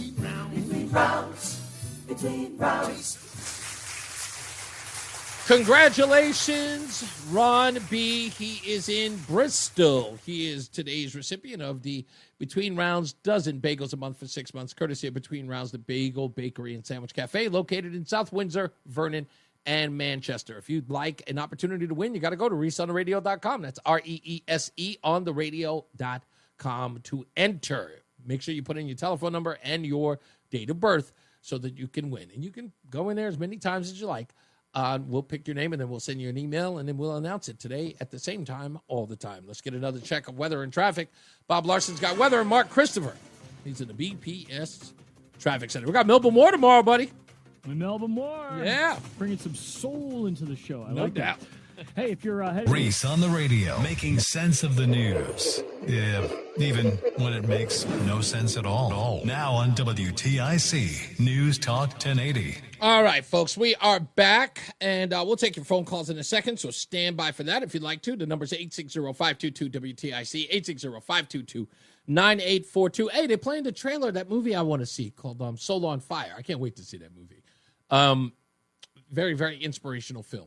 I got to maybe get some background on that guy. But I want to get into this story about Jay Jones. And if you're not familiar with him, if you're watching online, that's the picture of the gentleman to my right. Young man, African-American, I'm assuming of mixed race, but definitely, well, he would consider himself African-American. He is running against Jason Miyares for Attorney General of Virginia. And he made national news over the weekend for some text messages back in 2022. They were released, and I'm assuming it was in a release to destroy or railroad Jay Jones's campaign. And it is working. Primarily because of the current political climate, as they like to call it. I don't do that. I don't believe in the whole political climate nonsense. But that's the term that they're using. So in my hand, I have a breakdown of the text messages between Jay Jones and an unknown Democrat as they are talking about another politician or Speaker of the House. And in the beginning of this conversation, they are talking about a funeral that many in politics attended. And the person who had passed away was a Democrat. But Republicans set politics aside and showed up to pay their respects. Jay Jones here was not particularly happy with that because he is a far leftist, an angry far leftist. And the unidentified person he was communicating with says, they say nice things about everyone, laugh out loud. Jay Jones responds by saying, if those guys die before me, I will go to their funerals and urinate on their graves, he wrote. Send them out awash in something. The person responds, Jay Jones. He then responds, 3 bullets. 3 people, 2 bullets. Gilbert, Hitler, and Pol Pot. Gilbert gets 2 bullets.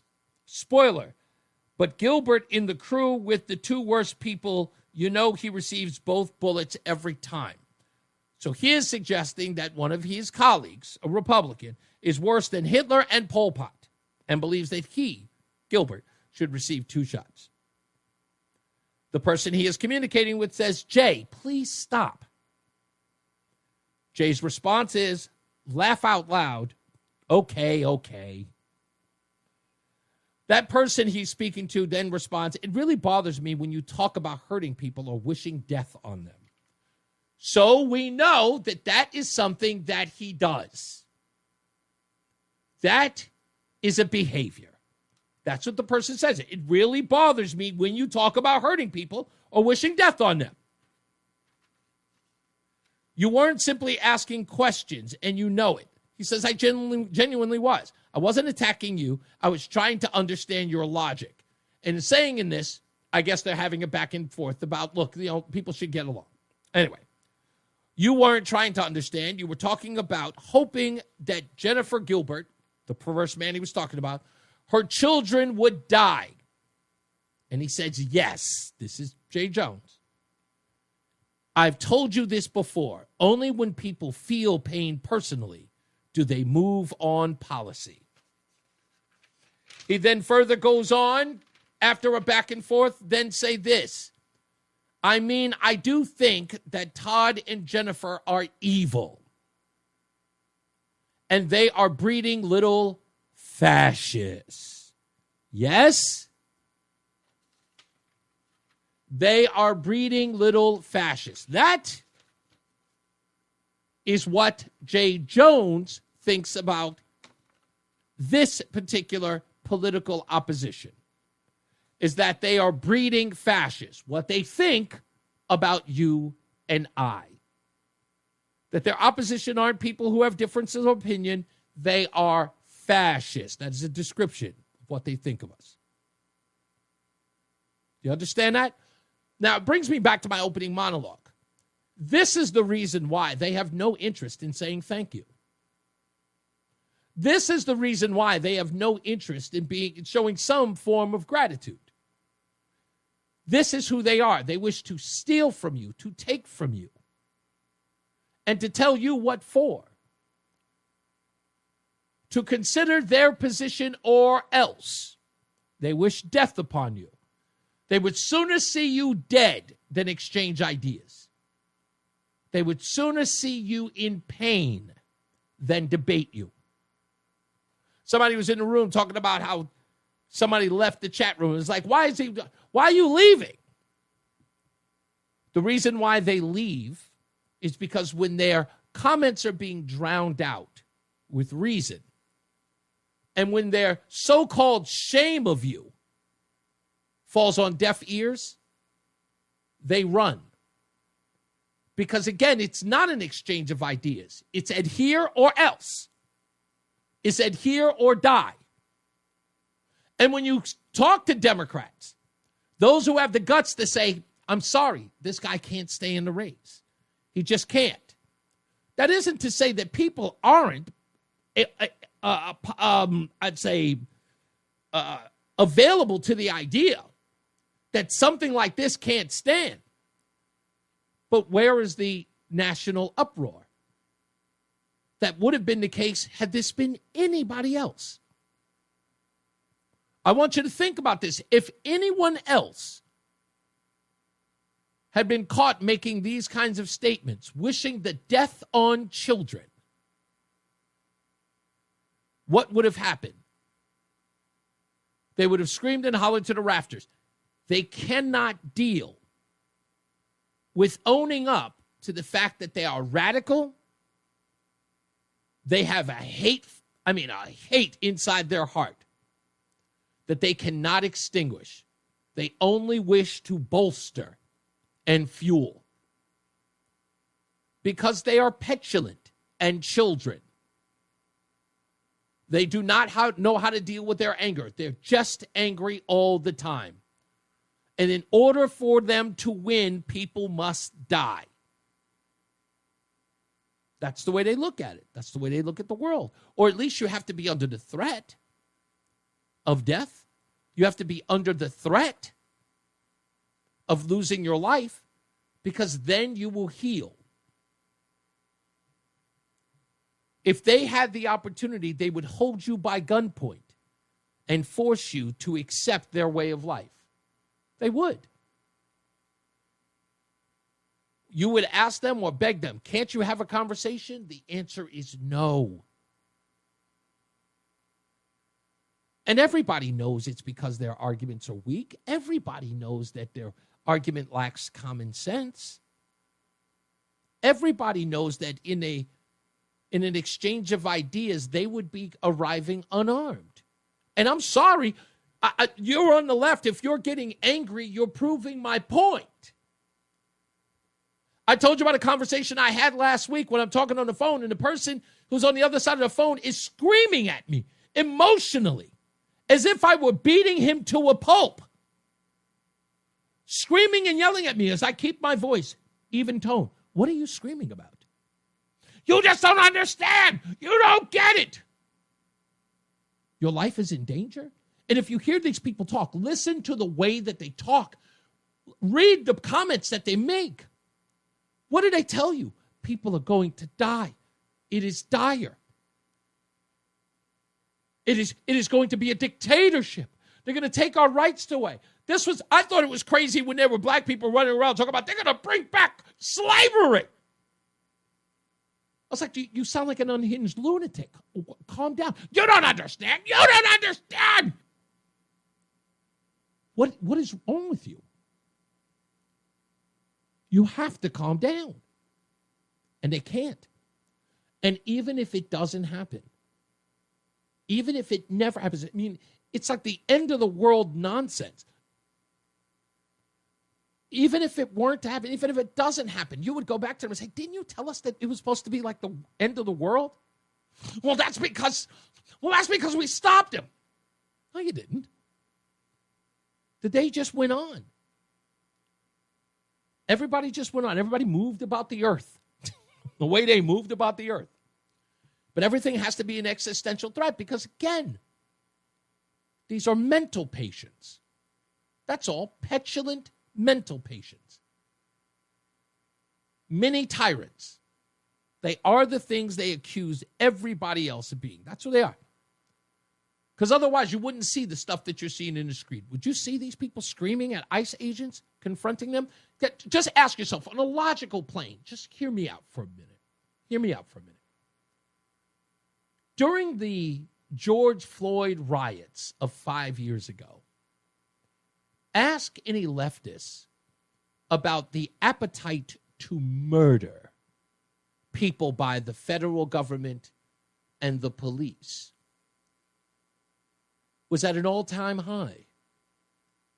That given the opportunity, these people with guns and the authority would murder everyone in the street if they were opposed to them. You know that, right?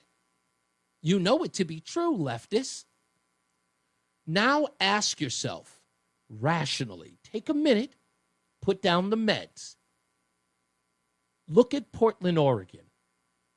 Look at Chicago or outside of Chicago now. Look at the unarmed radicals facing off against ICE agents with guns. Who's firing what? Who's shooting them indiscriminately? Huh? There are a lot of brown people out there, too. Why are there no dead bodies all over the floor? Why are there none? Why are we not seeing carnage at the hands of an authoritarian police force? Anyone? Anyone? Come on, you can pick up your meds now if you need to take them in order to answer the question. Just tell me. It's not happening, is it? The only people who are being attacked are the people with the guns, who, again, are the radical, fascist individuals who can shoot you dead if given the opportunity. I've got a clear shot. Blow! Nothing. Instead, they're using pepper spray and rubber bullets and arresting a few of you as you spit on them, get in their faces. I mean, you spit in their faces. You're inches from them, and you spit on them. Where's all the fear? Where's all the fear? I thought we were supposed to be in fear of what's about to happen. Those people don't look afraid. Perhaps they should be made to be. To get these people under heel. I don't think, if we're a fascist group, I don't think we're being fascist enough. If you think about it, I think we're being quite forgiving, quite considerate, especially protecting human life. If I remember correctly, it's the radicals who shot and killed 2 detainees, not ICE agents. If I'm keeping score, are you?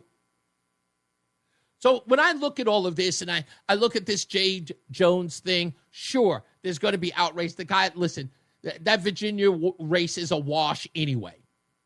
But what I want you to pay attention to, there's only one thing. Don't pay attention to anything other than this. The people who voted for Jay Jones after this. Not the early voting, that's already done. But see how many after the fact voted for him. And that's all you need to know. If Jay Jones beats Jason Miyares for the seat of Attorney General in Virginia, that's all you need to know. Democrats have said, yeah, we support that guy. Yeah, the death of children of a Republican? Yeah, I got no problems with that. I'm good. Yeah, say more. Say more. That's all you need to know. And then you'll understand it. And the rest of us will sit back. And I think it's important that you understand this. The rest of us just need to sit back and look at that and go, we know who you are. Keep your head on a swivel. Know exactly who you are. Please don't come at us. Start talking to us about compassion. Don't come at me talking about how I'm supposed to be, caring and loving. Because if you support Jay Jones, all that stuff means nothing. It's pointless, it's useless, and we're not listening anymore. Remember that? Compassion for the immigrants. Where's your compassion now? The man wanted the kids dead. We're not trying to hear it. We'll take a break. Let's get into some weather and traffic with Bob Larson and Mark Christopher's in the BPS Traffic Center. Hey, Mark. Stay locked in. Reese on the radio is on WTIC News Talk 1080. We'll get to your telephone calls in the next talking break. So stand by for that. Also, don't forget to go to the Reese on the Radio website. That's reeseontheradio.com. That's REESE on the radio.com. Who's still spelling it with a C? Who's still doing that? reeseontheradio.com. Go to the Substack. There's a new Substack in there already. It's there every Sunday. If you wish to subscribe to my Substack, it's free. I don't make anybody pay for anything. I don't think I'm that important yet.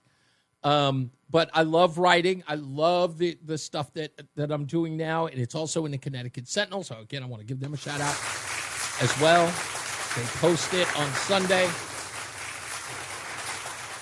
I want to frame it because the Connecticut Sentinel, their font and their website page, when my story is like the headline on it looks so cool. And I want to actually frame it just from my own personal reason, because it looks kind of cool, and I feel kind of important when they do that.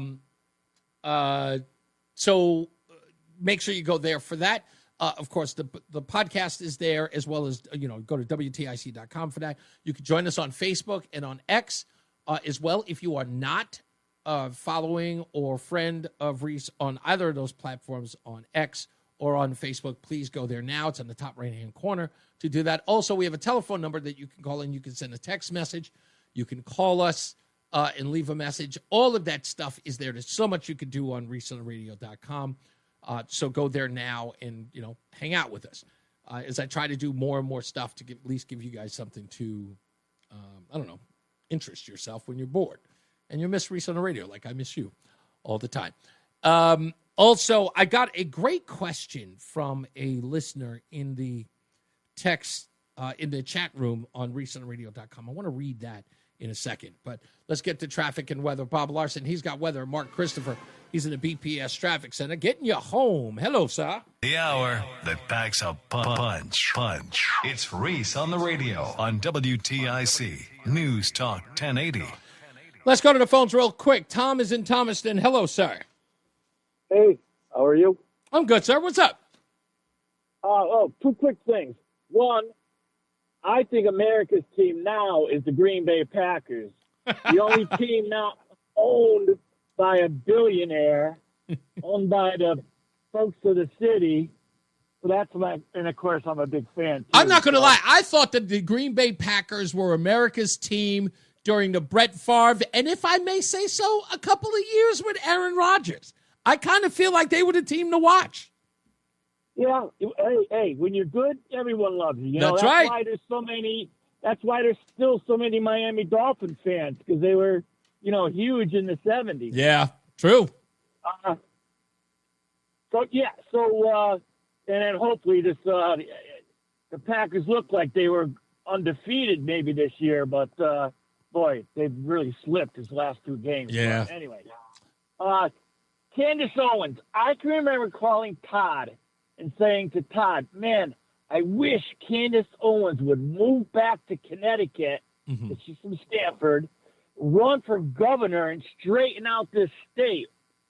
Who knew she was that crap crazy?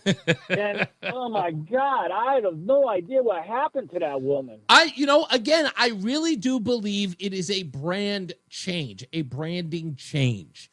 And what happened was, and again, I'm telling you because I saw this during this, again, I have to ask you, like I asked Lori, did you watch her during the whole Kamala Harris deep dive that she was doing on her show? Did you watch that at all? No. Okay. No, I just saw her when she, come on Fox and stuff, and I'm like, wow, this woman has really got something. Absolutely. Completely charismatic, very straightforward. In fact, everyone she was on the debate stage with, or on a television show with, she was owning them completely. Like she absolutely, like smart wit, quick, concise, loved every bit of it. But if you checked out the Kamala Harris deep dive, and I even noticed it, I said it to Roseanne.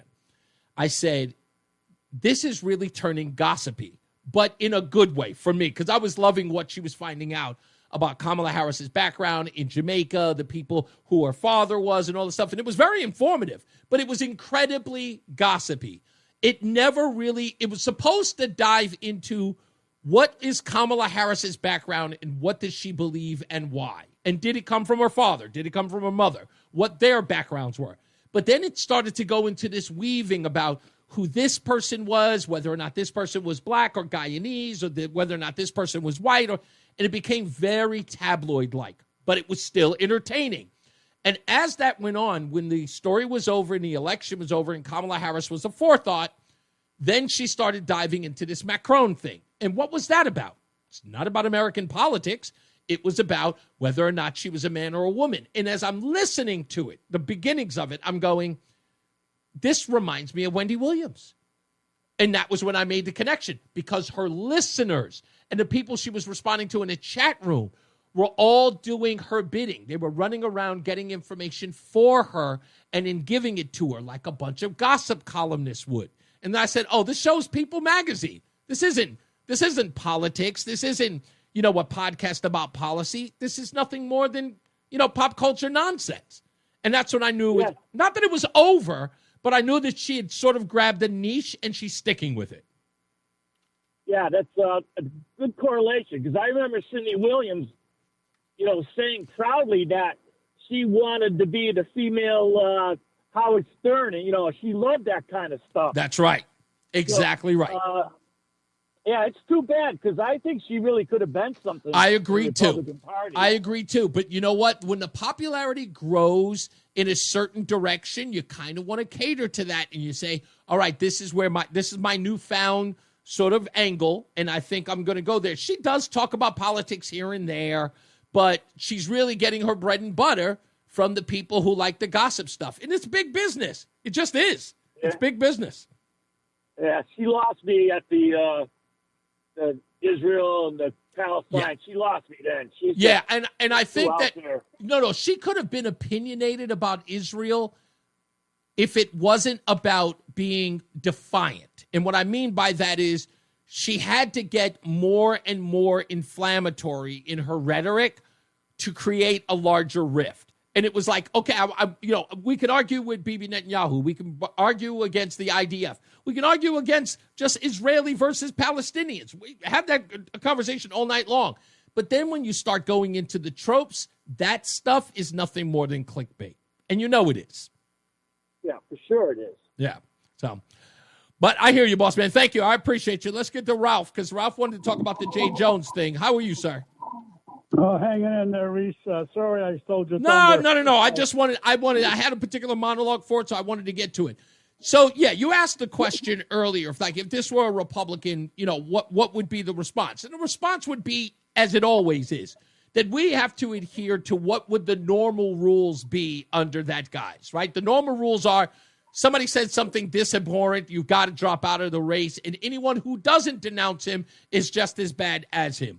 So we know the rules are different. Well, the thing that gets me is what he said was so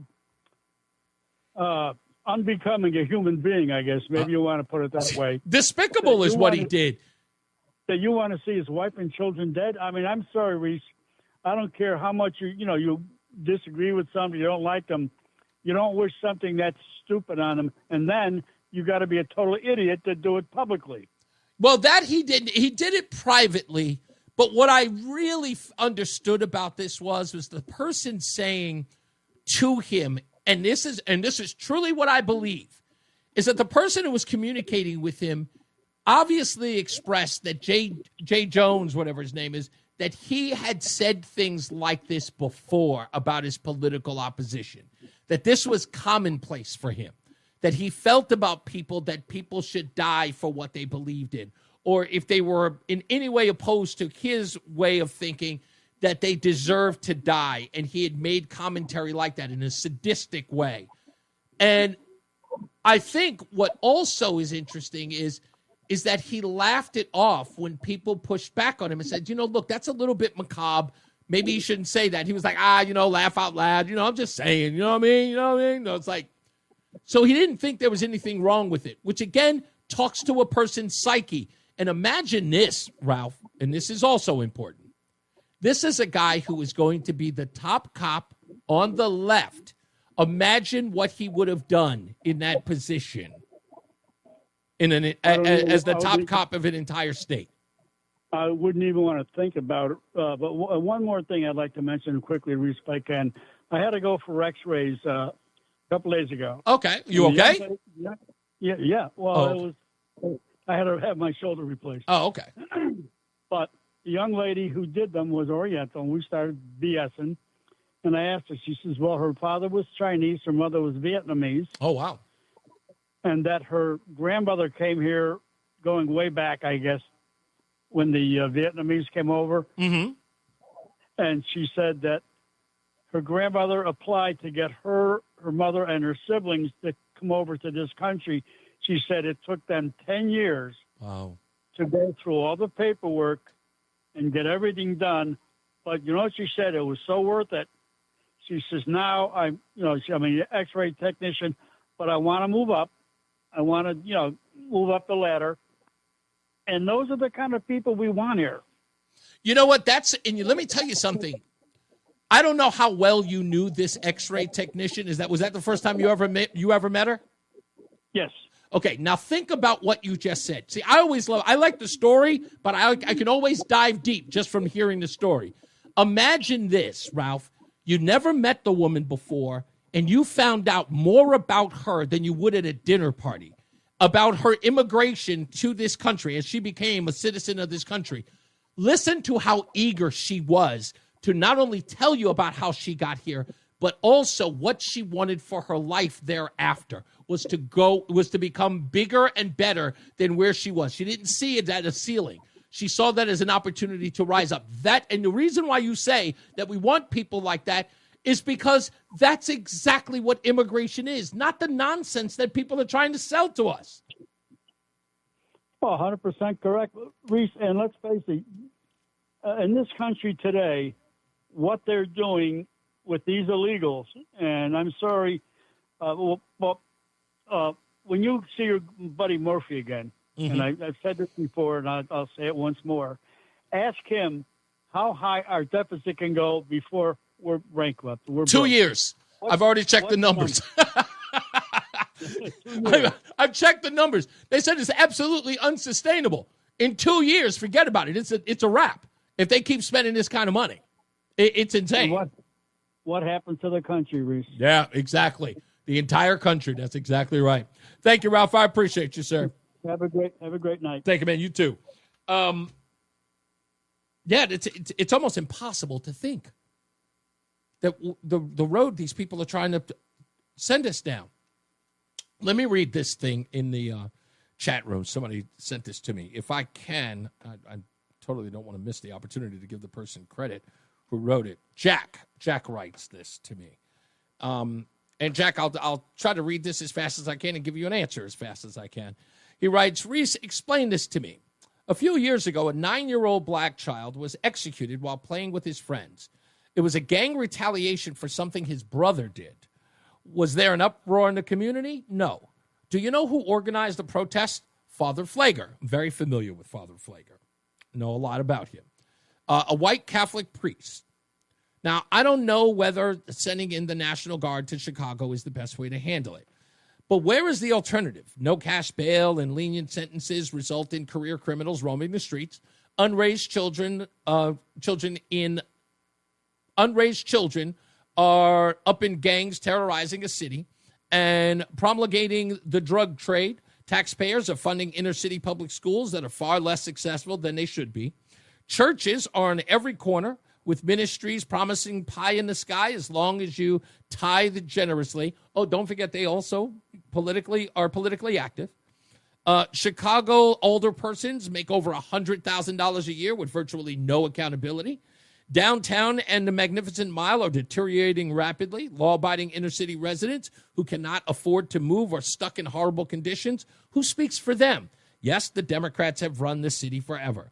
Their racism, incompetence, and indifference has contributed to all of this. What you need in Chicago is a concerned inner-city community willing to stand up and demand a safe community. Criticize absentee parents and useless politicians. Oh, I thought there was a question in here. Okay, the best way to answer this for you, or to at least respond to this, is really simple. Is that it isn't about solving problems. It's about exacerbating the decay. Solving problems puts people out of work. You have these funding programs and programs writ large in order to stick around in perpetuity. It's a money grab. If they were there to solve these problems, they'd work for a short time. If they knew how to solve these problems, they'd only work for a little time. It would be over with. Kids would be in school. They'd be getting an education. Good jobs would be had. People would be, working themselves out of poverty. The objective is to deteriorate it further. So there's more of a need for politicians, Washington, and government. They will be mommy and daddy. They will be the providers. And in order to keep the money train coming, or the gravy train for that matter coming, you'll have to keep voting for them. Make them dependent, and they'll never leave. They're like any bum. Why do you think a bum stands on the corner and collects money when you're at the intersection? Because you continue to give. Sorry, I know people say it was like, well, then, they're homeless. If there was no money to give, they wouldn't be there. You know, what you call compassion can also be enabling. But you got to have the guts to call it what it is. As the people on MSNBC like to say, sometimes you got to be able to call a thing a thing. And that's what it is. Sure, when you see them, your heart, it bleeds for them. I feel bad. Oh, let me give them something. I've got some loose change here. They only need a couple of people to do that. But if you make it difficult, if that spigot is cut off, what will they do then? They will do something else. They always do. When we come back, I'm going to tell you this. At the top of the hour, there's something crazy that happens. In one breath, I'm actually happy that I'm leaving this state and coming to Connecticut. But there is something that is going on here in Texas that will blow your mind. When we come back, I'm going to tell you about it. Because I almost feel like it would be beneficial if they did it in Connecticut or any other state for that matter. I'll explain it when we return with some Hollywood news. So stick around. Let's get another check of weather and traffic. Bob Larson's got weather, and Mark Christopher, he's in the BPS Traffic Center. Getting you home if you're getting out of the office right now. Hey, Mark. All right, Reese. It's Reese on the radio. And don't say we didn't warn you on News Talk 1080 WTIC.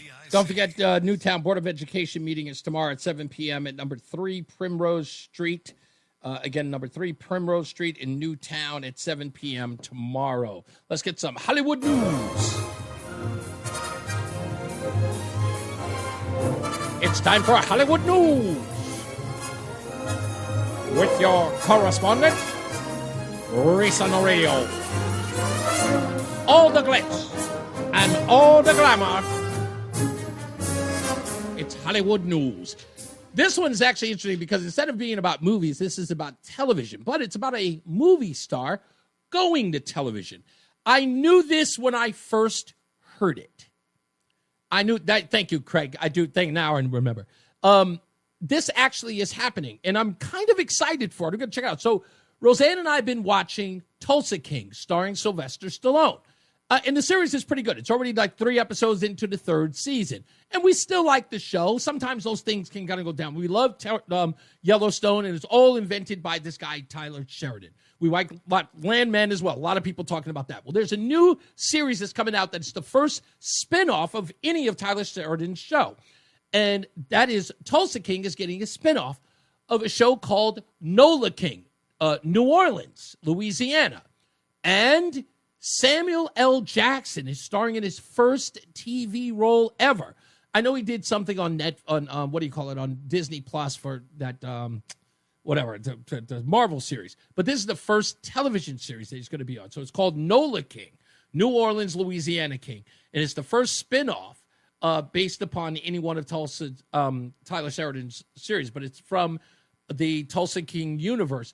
And I know that Samuel L. Jackson is actually going to be in the new Tulsa King season this year. Let's get a check of weather and traffic. I'll talk a little bit more about that.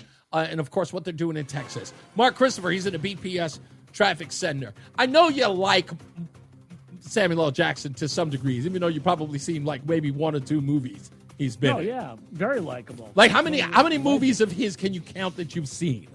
Like maybe 3? I know I've seen them, but I couldn't even tell you what they are. He's a great actor, no question about it. I will tell you this. You know what's my favorite, why I love him? I love him because everything he does, he's great in. But I will tell you this. He said something in an interview that made me fall in love with him even more. He said, I love doing movies that are popcorn movies. Like movies you just go in and eat popcorn. Yep. He doesn't care.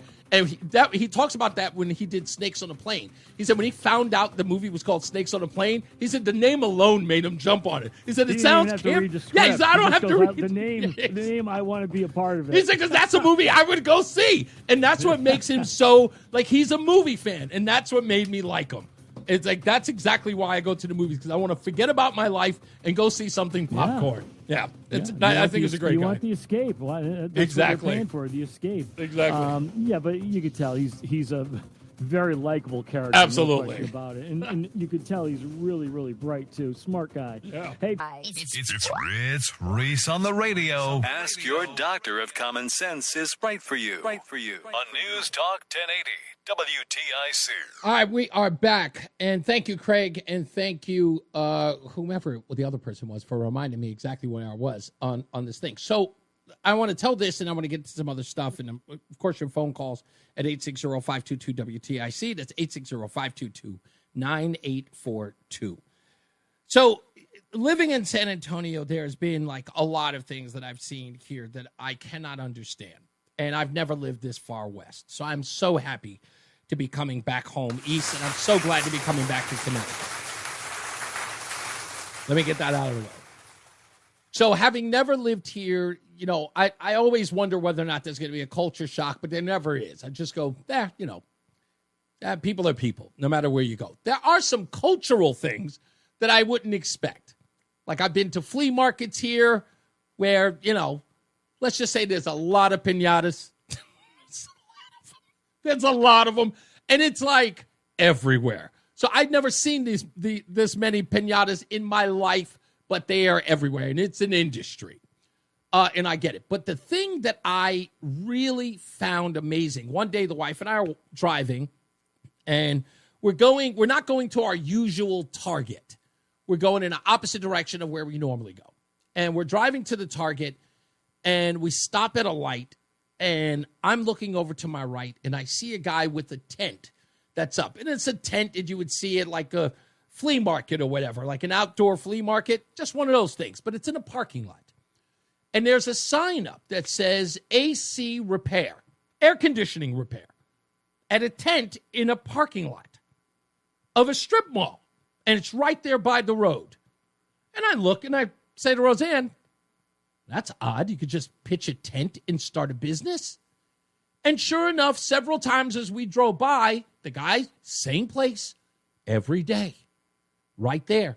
Then I start going everywhere else. And sure enough, as I'm driving around, people just pitching up a tent in an abandoned lot or whatever it is and just putting piñatas everywhere, stuffed animals everywhere, clocks, wood, everything, just putting it out on the street. So I started asking around, can you just do that? Like, no matter what it is, like we're talking about a parking lot of another establishment or a group of establishment. Can you just pop tent right there and with your business? And they looked at me and said, yeah. Like I was the weirdo. And so it sort of dawned on me that said, damn. Like Texas has got no excuse. Those people had no excuse. They said to themselves, I can panhandle or I can just set up shop everywhere. No one, we're not talking about, police are not coming by, asking you for a permit. Do you have a permit to be here? Nothing. They drive by and let them pitch wherever they are. And they're there daily, every day. I've seen the same guy for 2 years selling wood. In some cases, they were selling grass. Like, like the patches of grass that you put in your yard. Yeah, that. Just there with a bunch of wheelbarrows. One guy had a wagon. There's like a big giant wagon with a whole bunch of, and they just set up something. There's no reason for these people. And I don't know. I never asked if they collect welfare or whether or not they're on the dole or anything like that, but they are entrepreneurs just out in the street. And I can't frown on them. They found a way. Now, when I first saw this, it was when Roseanne and I first visited, well, I say together, she visited here, she used to live here. But when I first visited with her 2, maybe even 3 years ago, we were driving to see her grandmother who just passed away recently. And we stopped, and as we're driving, she says, oh, stop right here. I want to go get one of these sandwiches. And I'd seen that before. I'm from New York. Street meat, I lived off that for years. But this particular intersection was something I'd never seen before. And again, I'm a New York guy. You guys are going to tell me that I'm silly that I've never seen it. Fine, okay. But as we pull over across the street from where this little meat truck was a guy with a big giant wagon with haystacks just on the corner. To the left of him was a couple of cages with chicken. Just chicken for sale. No eggs, just chicken. So I walk across the street and ask him, I was like, oh, are you selling these? He goes, yes. You want to buy? I went, no. I couldn't get them on the plane. No. So I'm looking at it. Roseanne's looking at me. She goes, yes, people sell chicken on the street corners. That's unheard of where I come from. But even though I'm looking at this again like a fish out of water, in my heart, I said to myself, this is exactly what you're supposed to be able to do. It just is. Now, I've been in New York where I've seen, and this isn't to be racial or prejudice, but I've seen it. The Africans will be there on Fifth Avenue. They put a sheet on the floor, and they're sitting there with every knockoff watch you can think of. And I remember in a lot of ways frowning at that. Why? Because one of those sons of a gun tried to sell me a Bulova watch in a Bolivia box. I don't know, but or was it a Bolivia watch in a Bulova box? I don't know, but whatever it was so bootleg. But I was annoyed that they were just selling cheap knockoffs. But I get it. Now, those guys in a heartbeat in New York City, the cops would roll up, and those guys would have to scoop up their stuff and go book it. They had to run because you couldn't do it in the streets. But truthfully, think about it. If you gave people the opportunity to be that kind of entrepreneur in the right place and allowed those folks to just set up shop and make their money, imagine how much money you'd save. Just taxpayers. And if they, you don't have to even give them a permit, but at least if they're selling, let the market decide. If they're selling dirty toys that are broken, no one will buy them. It's the same way that they do, yard sales and things like that. People make some extra money doing that. I just don't see anything wrong with it. So, again, I found that interesting in Texas, but that's, and people, again, they're there every day and they make a decent buck. We've seen kids come into the restaurant, which, again, I also find amazing. We've been inside of a restaurant and the kids would walk in and they'd have a tray full of Mexican candies and treats, selling them. And sure enough, the owners and the waitresses will let the kids go in and solicit. Unheard of where I come from. Those kids would have been run out of town, but they do it in Texas. I was having dinner with Roseanne's dad, and he made me eat paella, the hottest and most exhausting food I've ever had in my entire life. And all of a sudden, out of nowhere, a mariachi band just walked in and just started playing. No one said a word. People applauded. They played about 3 or 4 songs. People gave them some tips and let them go. Now, I know, like a lot of places, that may be weird. Some people may even call it intrusive. But that's the kind of world, to be honest with you, that's the kind of world I want to live in, where people innovate. They find the thing that they're passionate about or the thing that they can make some money off of and be self-sufficient. There's a freedom in that a lot of people don't understand. Probably because they find it a little awkward, like I did. But I'm just looking at it a certain way. That's, maybe I'm wrong, maybe I'm crazy. I don't know. Let's take the calls. 860-522-WTIC. Let's go to Dave in Bristol. Hello, sir. Reese, you're amazing. I know you like music, yes, right? Yes. Have you ever listened to the band called Rush? Yeah. Yes, and I don't get it. I'm sorry. It's so bad. People get mad at me. No. I don't get it. I don't get the interest. And it might be me, because people say that they're a progressive band, and I go, what does that mean? Maybe I need that explained to me. All right. I'm going to tell you what to do. Okay. Look up the album called Hemispheres. Okay. You could skip like the first round, but go to 2 and 3. Just listen to that album. Okay. I want to try really bad because my friends who are my friends, when they hear that I don't like Rush, they kind of like they're at the brink of disowning me. They really get mad. No. I'm going to give you a pass on this. Okay. But the first song you got to listen to is Circumstances. And Okay. that was what you were talking about today. Oh, okay. You know? Okay. I'm trying to thread it in. Okay. And I will give them, listen to me. I'll do this because tonight I got to do some other research on some other music. But you know what? I will definitely take some time and listen to that album and give it a shot.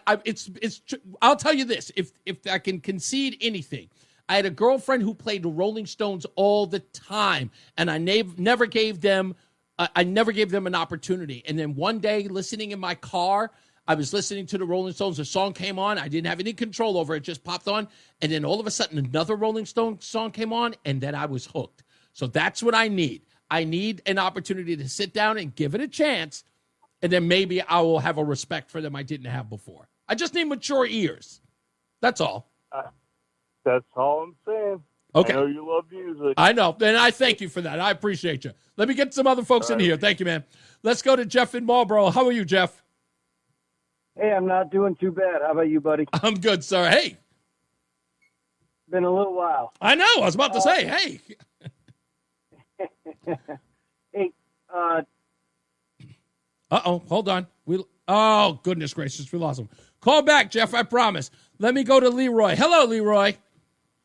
Hey, Reese, what's going on, man? Pretty How good, you? man. I want to say, you know what I want to say when I saw your name? I want to go, Bruce Leroy. That's right. What's up, big guy? I'm the one beat show enough. That's right. What's up? Hey, listen, I only agreed with you one time, and that was the comment you just made about the people selling stuff on the streets and doing that, and you didn't have a problem with it. And I had to call and let you know, man. Yeah, I don't agree with nothing you say, but that comment right there. Well, you know what? A clock is right, at least. A broken clock is right twice a day, right? I can get something right. Leroy, I appreciate you listening, even though you disagree. Listen, you know your name. I have a name for you. You Uncle Ruckus. Hey, listen to me. Right. Uncle Ruckus ain't the racist, ain't the bigot in that show. You ever seen them two little boys? They are the worst. Yeah. They are the worst. Yeah. They far worse than Uncle Ruckus. I just had to tell you that, man. Leroy, Thank you, man. I appreciate it, and thank you for that. I appreciate that. All right, let me get to, do I have time for one more? Let me see if I can get John in here for a minute. What's going on, John? Hello, Mr. Reese. How are you? I am pretty good, sir. What's up? It's my first time calling, and I'm actually calling on the music. I'm actually running for town council as a Republican in West Hartford, but I'm actually calling to help out, I hope, on the music front, if we can take a moment. Yes. With that. And is this about the Rush thing? Yeah. Okay. Well, I'll put it to this way, John, because I want you to get an opportunity to get this out. I got a really, really hard break coming up, and you'd only have 30 seconds to do that. I want to have this exchange with you, and I got Jeff back as well. I promise you I will give you complete, a run of the course if you hold on for me. Can you do that? You got it, man. All right, thank you. Hold on. We'll get to John. We'll get to Jeff. Thank you, Jeff, for calling back. I'm sorry that we got cut off, but we'll get to that and so much more when we return. And plus, if you got phone calls, give them to me at 860-522-WTIC. When we return, also, aside from the phone calls, I'm probably going to play this in what had happened was. What Andrew Cuomo said on The View was really interesting, and I want to play that clip today about Mom Donnie, so stand by for that. Let's get some weather and traffic and the news in. Dave Mager's in for John Silva. Bob Larson's got weather, and Mark Christopher, he's in the BPS Traffic Center. Hey, Mark. Stay locked in. Reese on the radio is on WTIC News Talk 1080. City Hall Adam just sent me Working Man by Rush. He goes, this will get you pumped. I'm trying, folks. I am trying. It's like I've listened. I've heard, what is this song? I've heard at least two. I've heard two songs. The guy I used to be on the radio with when I first got in the radio, he was a huge Rush fan. He was like the most important band in the world to him. And he asked me all the time, do you like Rush? I'm like, no. And it's not my fault. And Another group that people wanted me to get into was Yes. And I only know one song by Yes. And, of course, it's Owner of a Lonely Heart. I just, again, not my Pink Floyd, another one. And people have been trying to get me into Pink Floyd since I was a kid. I can remember 7 years old, maybe 8 years old. And I was at a summer camp, a sleepaway camp. Yes, yes, exactly. Tom Sawyer and the Spirit of Radio. Anyway, but I was at a summer camp. A sleepaway camp. It wasn't really like a camp. You stayed with a family in Boontown, New York. And I was staying with that family. It was the first time I ever had deer meat. And I'm there, and I was hanging out at these kids' house that the parents had taken me over to sort of get around kids my age. And they were like, me being from Hollis, Queens. And they say to me, hey, have you ever heard of rock music? And I'm like, yeah, I know what it is. And they're like, have you ever heard of Pink Floyd? And they're like, they were saying it to me like they were going to tell, like they were showing me something seedy. And I'm like, no, who are they? And they just start playing it. Of course, everybody else is doing air guitar and the whole nine. And I'm listening to it. I'm 8. I'm 8. There's no way I'm going to understand Pink Floyd. And I just remember listening to that and just saying to myself, okay, maybe not my cup of tea. It wasn't. I grew up with the Commodores. I grew up with the Whispers. I grew up with Slave. Okay. All right. Before you say anything, okay, there was a real R&B group called Slave. Okay. Don't make any puns. I know it's there. Stay away from it. I didn't come up with the name. That's the name of the group. Okay? It took me until I was a teenager before I ever knew who Rod Stewart was. Okay? Elton John. Genesis. And I'm telling you, I knew the difference between the Peter Gabriel Genesis and the Phil Collins one. I grew up with all of that stuff. I just didn't know a lot of these bands. Just the rock stuff. I didn't know Iron Maiden, Black Sabbath. I knew none of that stuff. I didn't. Bad Company, 38 Special. I know who they are now. I just knew nothing about them. Let's get to weather and traffic. And somebody who knows about these songs more than I do, Mark Christopher. He's at the BPS Traffic Center. There you go. A little bit of Slave. I was just listening to this song yesterday, Mark. Literally. Were you really? Just listening to this song yesterday. That was the reason why it came to mind. Just a touch of love, baby. Such a great record. Oh, the 12 inch is amazing. I hear that bass slap in there. Exactly. Nice. Hey, if you're heading... The hour that packs a punch. It's Reese on the radio on WTIC. News Talk 1080. I will tell you that I really, really do. I appreciate everybody who wants me to just expand my music knowledge. I do, because I was the same guy growing up when my friends only listened to hip-hop and R&B. All I wanted them to do was to listen to the bands I was listening to. And my music of choice was new wave. So, I was listening to Echo and the Bunnymen, the Smiths, Psychedelic Furs, OMD. I was listening to all of them. And I wish my friends would have listened to them. They're like, this stuff is garbage. That's like, okay. Susie and the Banshees, So I totally get it. So I appreciate it. Everybody's like, you have no idea what you're missing. I get it. I believe you. All right. Let me go back to John.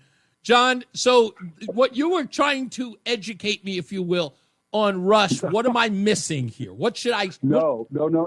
Actually, I am completely in the wrong because I listened to your brief comments during the break. Okay. So, no, I'm definitely not trying to talk you into liking or not liking something. I was trying to just give something relatable. But, boy, you hit on the head. Now, you're a New York guy, aren't you? I was born and raised in New York, yes.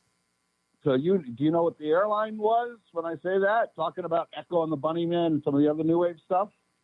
92.7 LIR. You remember that? 32. Yes, of course. Absolutely. So when anybody mentions... I'm sorry? No, I was going to say, when anybody mentions the LIR, I go, oh, goodness gracious. That's an old one. I mean, it's crazy. I mean, it's, I don't know how old you are, and I would never ask, but it's when you started talking about the new age stuff, I said, oh, okay, and I know he's from New York. He's probably an airline guy, so I got to go there. But no, I was just going to throw some other stuff out regarding Rush. Okay. certainly not trying to convince you to like. Oh, no. I meant that tongue in cheek. It's like, of course I should listen to the band. Knowing 2 songs from the band is not really giving it a shot. And the only reason why I know those 2 songs is because they were kind of forced upon me. So I had to listen to them every day when I worked in radio. So I never really gave it a shot because I said, they're not my cup of tea. I tried to listen to them. I never really put any real effort in it. But that was the same case it was with the Rolling Stones, and that's one of my favorite bands today. So you do like some rock. So here's what's so sad about music, the way music is produced today, and I'm not talking about lyrics, I'm not talking about the artists. Right.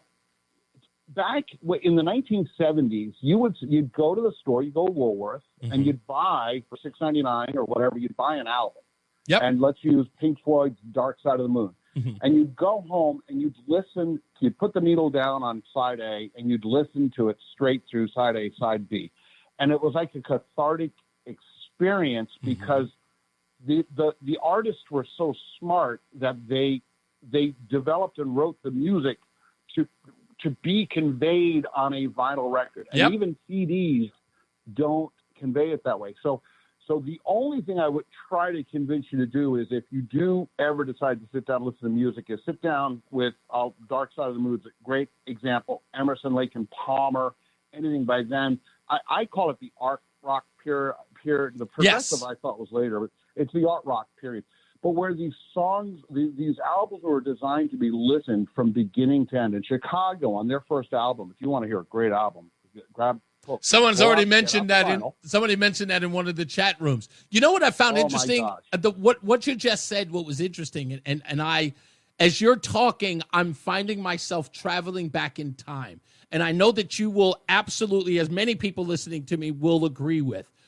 As you described, getting that album and bringing it home and putting the needle down on that record, the immediate thing that I would do, no matter what the artist was, no matter what the genre was, my favorite part was listening to the album and reading the liner notes along with it. That was, and that's the experience, is that you were getting to know the music. And you wanted to know everything about it. Who played on this? If there was a guest appearance by an artist, you knew who it was, right? And recognizing... there was no featuring so-and-so. Right, it wasn't even on there. You actually had to listen to recognize somebody in there. Knowing that, I remember when I read that Sting is singing on Money for Nothing. Like, that to me was just like, I know I recognize that voice. So it's like when you recognize the voice and then you read it and you find out that he's on it and you just go, I knew it. And that is sort of like it is an out-of-body experience in music. Nothing else matters and nothing else exists in that moment when you're listening to your favorite band, especially when they're coming out with new music. The song You're So Vain, right, by Carly Simon? Yes. Listen to that, and you'll hear your guy Nick's voice in it towards the end. That's right. Yeah, that's my again, one of my favorite things. That Steve Winwood song, Bring Me a Higher Love. Not one of my favorite Steve Winwood songs, but Shaka Khan. You don't, you hear it and you go, why does that sound like Shaka Khan? Because it is. And it's like, never really got any credit for it. And I'm definitely, I know I don't want to take up your whole show here, but I'm definitely a 70s soul guy as well. So you mentioned a few of those bands. I was like, oh man, they're the best. So, love the 70s soul and funk. And I'll confess, I'll probably lose interest here, but lose interest in this call. People lose interest in me, I should say. Disco. I like disco. You know what? Look, disco may have had its last hurrah in the 1970s, but you know what? If you're out dancing with your friends or at a party and somebody throws a disco record on that you might recognize and a popular disco song, you might be inclined to dance. It's not completely hated music. Thank you, man. I appreciate you holding on for me. Thank you. Appreciate it. You got it, sir. Now let's get back to Jeff. Thanks for holding on, Jeff. What's up, buddy? Yeah, so the conversation just got a little longer, but I'm going to try and keep it short. That's okay. What's up? And keep it short. Rush, just my recommendation is I wouldn't waste my time unless you like mediocre rock and roll with a guy who breaks in falsetto once in a while. But you're the meanest. You are the meanest person ever. Do you know how many people are going to be shouting in the chat room right now? They are shouting at them. I'm feeling feeling it already. But go on. I'm sorry. You also mentioned here's going to be another shout. Listening to OMD, I admit it. I loved OMD back in the day. They were great. I thought it was, for me, it was just my teenage years, and any songs that were about teen angst was just my cup of tea. That's all. Yeah, it was good stuff. Yeah, and you can still listen to it today. That's right. The other thing that really had me laughing is unrelated to the music. You were talking about, people selling junk on the streets in New York City, Yes. Okay? I'm 12 years old, okay? I go to New York City for a field trip.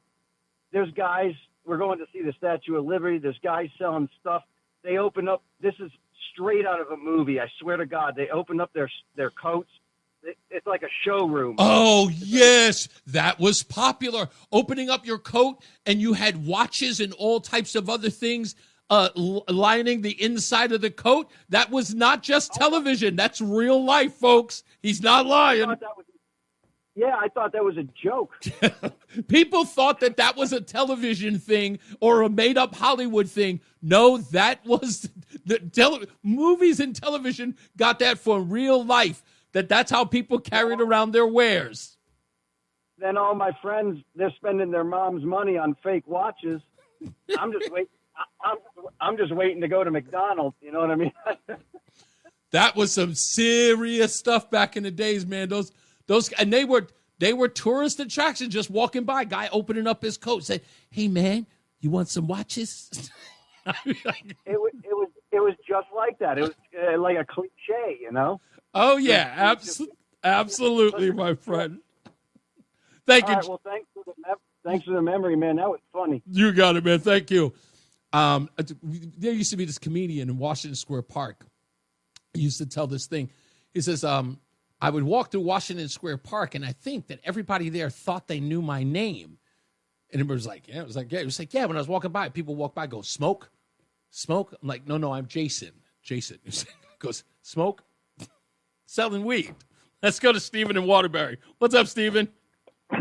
Well, I sent you a few things about the keyboard player from Yes. Yes. There's he used to do rock operas. There's one called Journey to the Center of the Earth. Mm-hmm. You just listen to the story, and he plays the keyboard and everything. It's done very well. You can almost imagine, seeing it in your mind. I'm going to send that to you later on. But Okay. I'm going to say that music appreciation, it's like we get used to what we hear. And you'd be surprised of all the band members that would play with all their gentras and stuff like that. And you may not know, like you mentioned Carly Simon before. Yeah. I knew a girl that actually got introduced. She was a backup singer for Carly and a bunch of other people. But she was dating the guy who was a keyboard player for both the Tower of Power and Hall & Oates. Really? Oh, that's right. I forgot about that.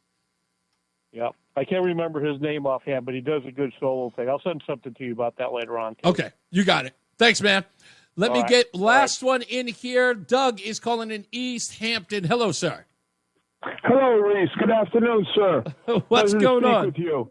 My Hey, pleasure. I just wanted to make a quick call to you. I love all genres of music. I'm 67. My dad liked classical music. I played an instrument, brass. I played the trombone. I cannot recommend highly enough Chicago and Chicago Transit Authority before their guitar player, Terry Kath, passed away. I will tell you, Chicago Chicago is a really, really big influence to a lot of alternative hip-hop groups growing up. One in particular, my favorite band, De La Soul, loved Chicago. Wow. That's very interesting to know because Chicago had, obviously had the guitar, the bass player who was Peter Cetera. They had the drummer, but they also had a saxophone and clarinet player, a trumpet player, and a trombone player. Let me ask you something. Speaking of Peter Cetera, just because people like Chicago, I don't think I've ever asked this question, but I'm glad I'm getting the opportunity to now. Did people feel like Peter Cetera abandoned the band when he went crazy top 40? Absolutely. Yeah, did people not like him for that? I'm sure a certain group of people like the fact that they went into more pop type music. Yeah. But he had a phenomenal voice. He sang a lot of backup when Terry Kath was singing lead, and Terry Kath was one of the best guitar players of all time. He was Jimi Hendrix's hero. Yeah. But he was I just can't even describe it. I'm getting goosebumps thinking about this, how good they are and were before he passed away in a very unfortunate gun accident. Yeah. But I could listen to that stuff. I literally have been up at like midnight just channel surfing, and I'm like, I'm going to listen to Chicago. And the Live at Tanglewood is an unbelievable concert. It is, everything. I'm telling you, they are cross-culture as a band. Chicago was very influenced. People fail to realize it, but they were incredibly influential in what, and again, I consider that my generation because I had a lot of alternative hip-hop in the late 80s and the early 90s. And Chicago played a huge role in the sampling era for some of the samples and the use of their instrumentation, if you will, on records. So that's how I got to know them, so to speak. And I can completely understand that because after Terry Kath passed away, they continued along the rock, the kind of the rock lines. But then when Peter Cetera actually became the leader of the band, they went. Kath passed away, I think, in the mid '80s, and Peter Cetera, picked up where he left off, but took them in a completely different direction. It's sort of like the same thing with Kool and the Gang when they got J.T. Taylor. Yes. It's like they immediately they hit the top 40 stride, and there was no stopping them because that's where all the record sales are. And that's all the radio players. You hit the nail on the head. Yeah. But I just wanted to, if I could recommend anything you do for the next couple hours in your life, you got a couple free hours, listen to Chicago and Chicago Transit Authority with Terry Kath. You got it. Thank you, man. I appreciate you. I love you, Reese. I'll do it every single day. Thank you, man. Much pleasure. Much pleasure. Take care. I'm always fascinated by you folks and how much you guys love music. That's near and dear to me when you're always introducing the other stuff. I always think it was like, wow, you guys really, really love the music stuff. Love it. Thank you. I really do appreciate it. And all of you who are mad at Jeff about the Rush comment, I'm going to get Jeff his own email address so you can send your anger and complaints to. Jeff, the next time you call, you're going to have to give your telephone number. Well, at least figure one out. Anyway, it's time for us to get up out of here. Welcome to your week. We'll see you back here tomorrow. As I always say, radio is free, so we thank you for paying attention. Remember to keep JC and Charlie Kirk in your hearts and in your minds. Sean Patrick, we love you and we miss you. Remember that panic is not planning, so plan your work and work your plan. Me, I'm Reese on the radio. You have a good night, a pleasant tomorrow. We'll see you back here at 2 p.m. mañana. Mark Christopher, he's in the BPS Traffic Center getting you home. Good night, Mark. See you mañana. There you go. And the show with some De La Soul. No doubt. Best rap group of all time. Good night. There you go. Hey, thanks for checking in, Reese. You're clear. Good show, Reese. Thank you, man. As always, I'll talk to you soon. Yes, if I don't talk to you soon, have a good move and safe travels up here. You got it, sir. Thank you. 32 A and B. If you are traveling on the northbound side of 91, that looks real good. Cromwell through downtown, up into Windsor. Westbound 84 slowing, Bulkley Bridge into the... All right, everybody. Thank you, Michael A. Same thing with the Doobie Brothers when Michael McDonald took over. Yeah, I couldn't agree more. Stanley Jordan was one of the most talented guitarists of all time. Couldn't agree more than that. Even Eddie Van Halen couldn't master his technique. All right, I will see you guys tomorrow. Don't forget to check out the website, ReeseOnTheRadio.com, for those of you who do not know it. And follow me on Substack. You can find that also on ReeseOnTheRadio.com. And, of course, follow me on X and on Facebook. All right, I love you guys. Be good to each other. See you mañana.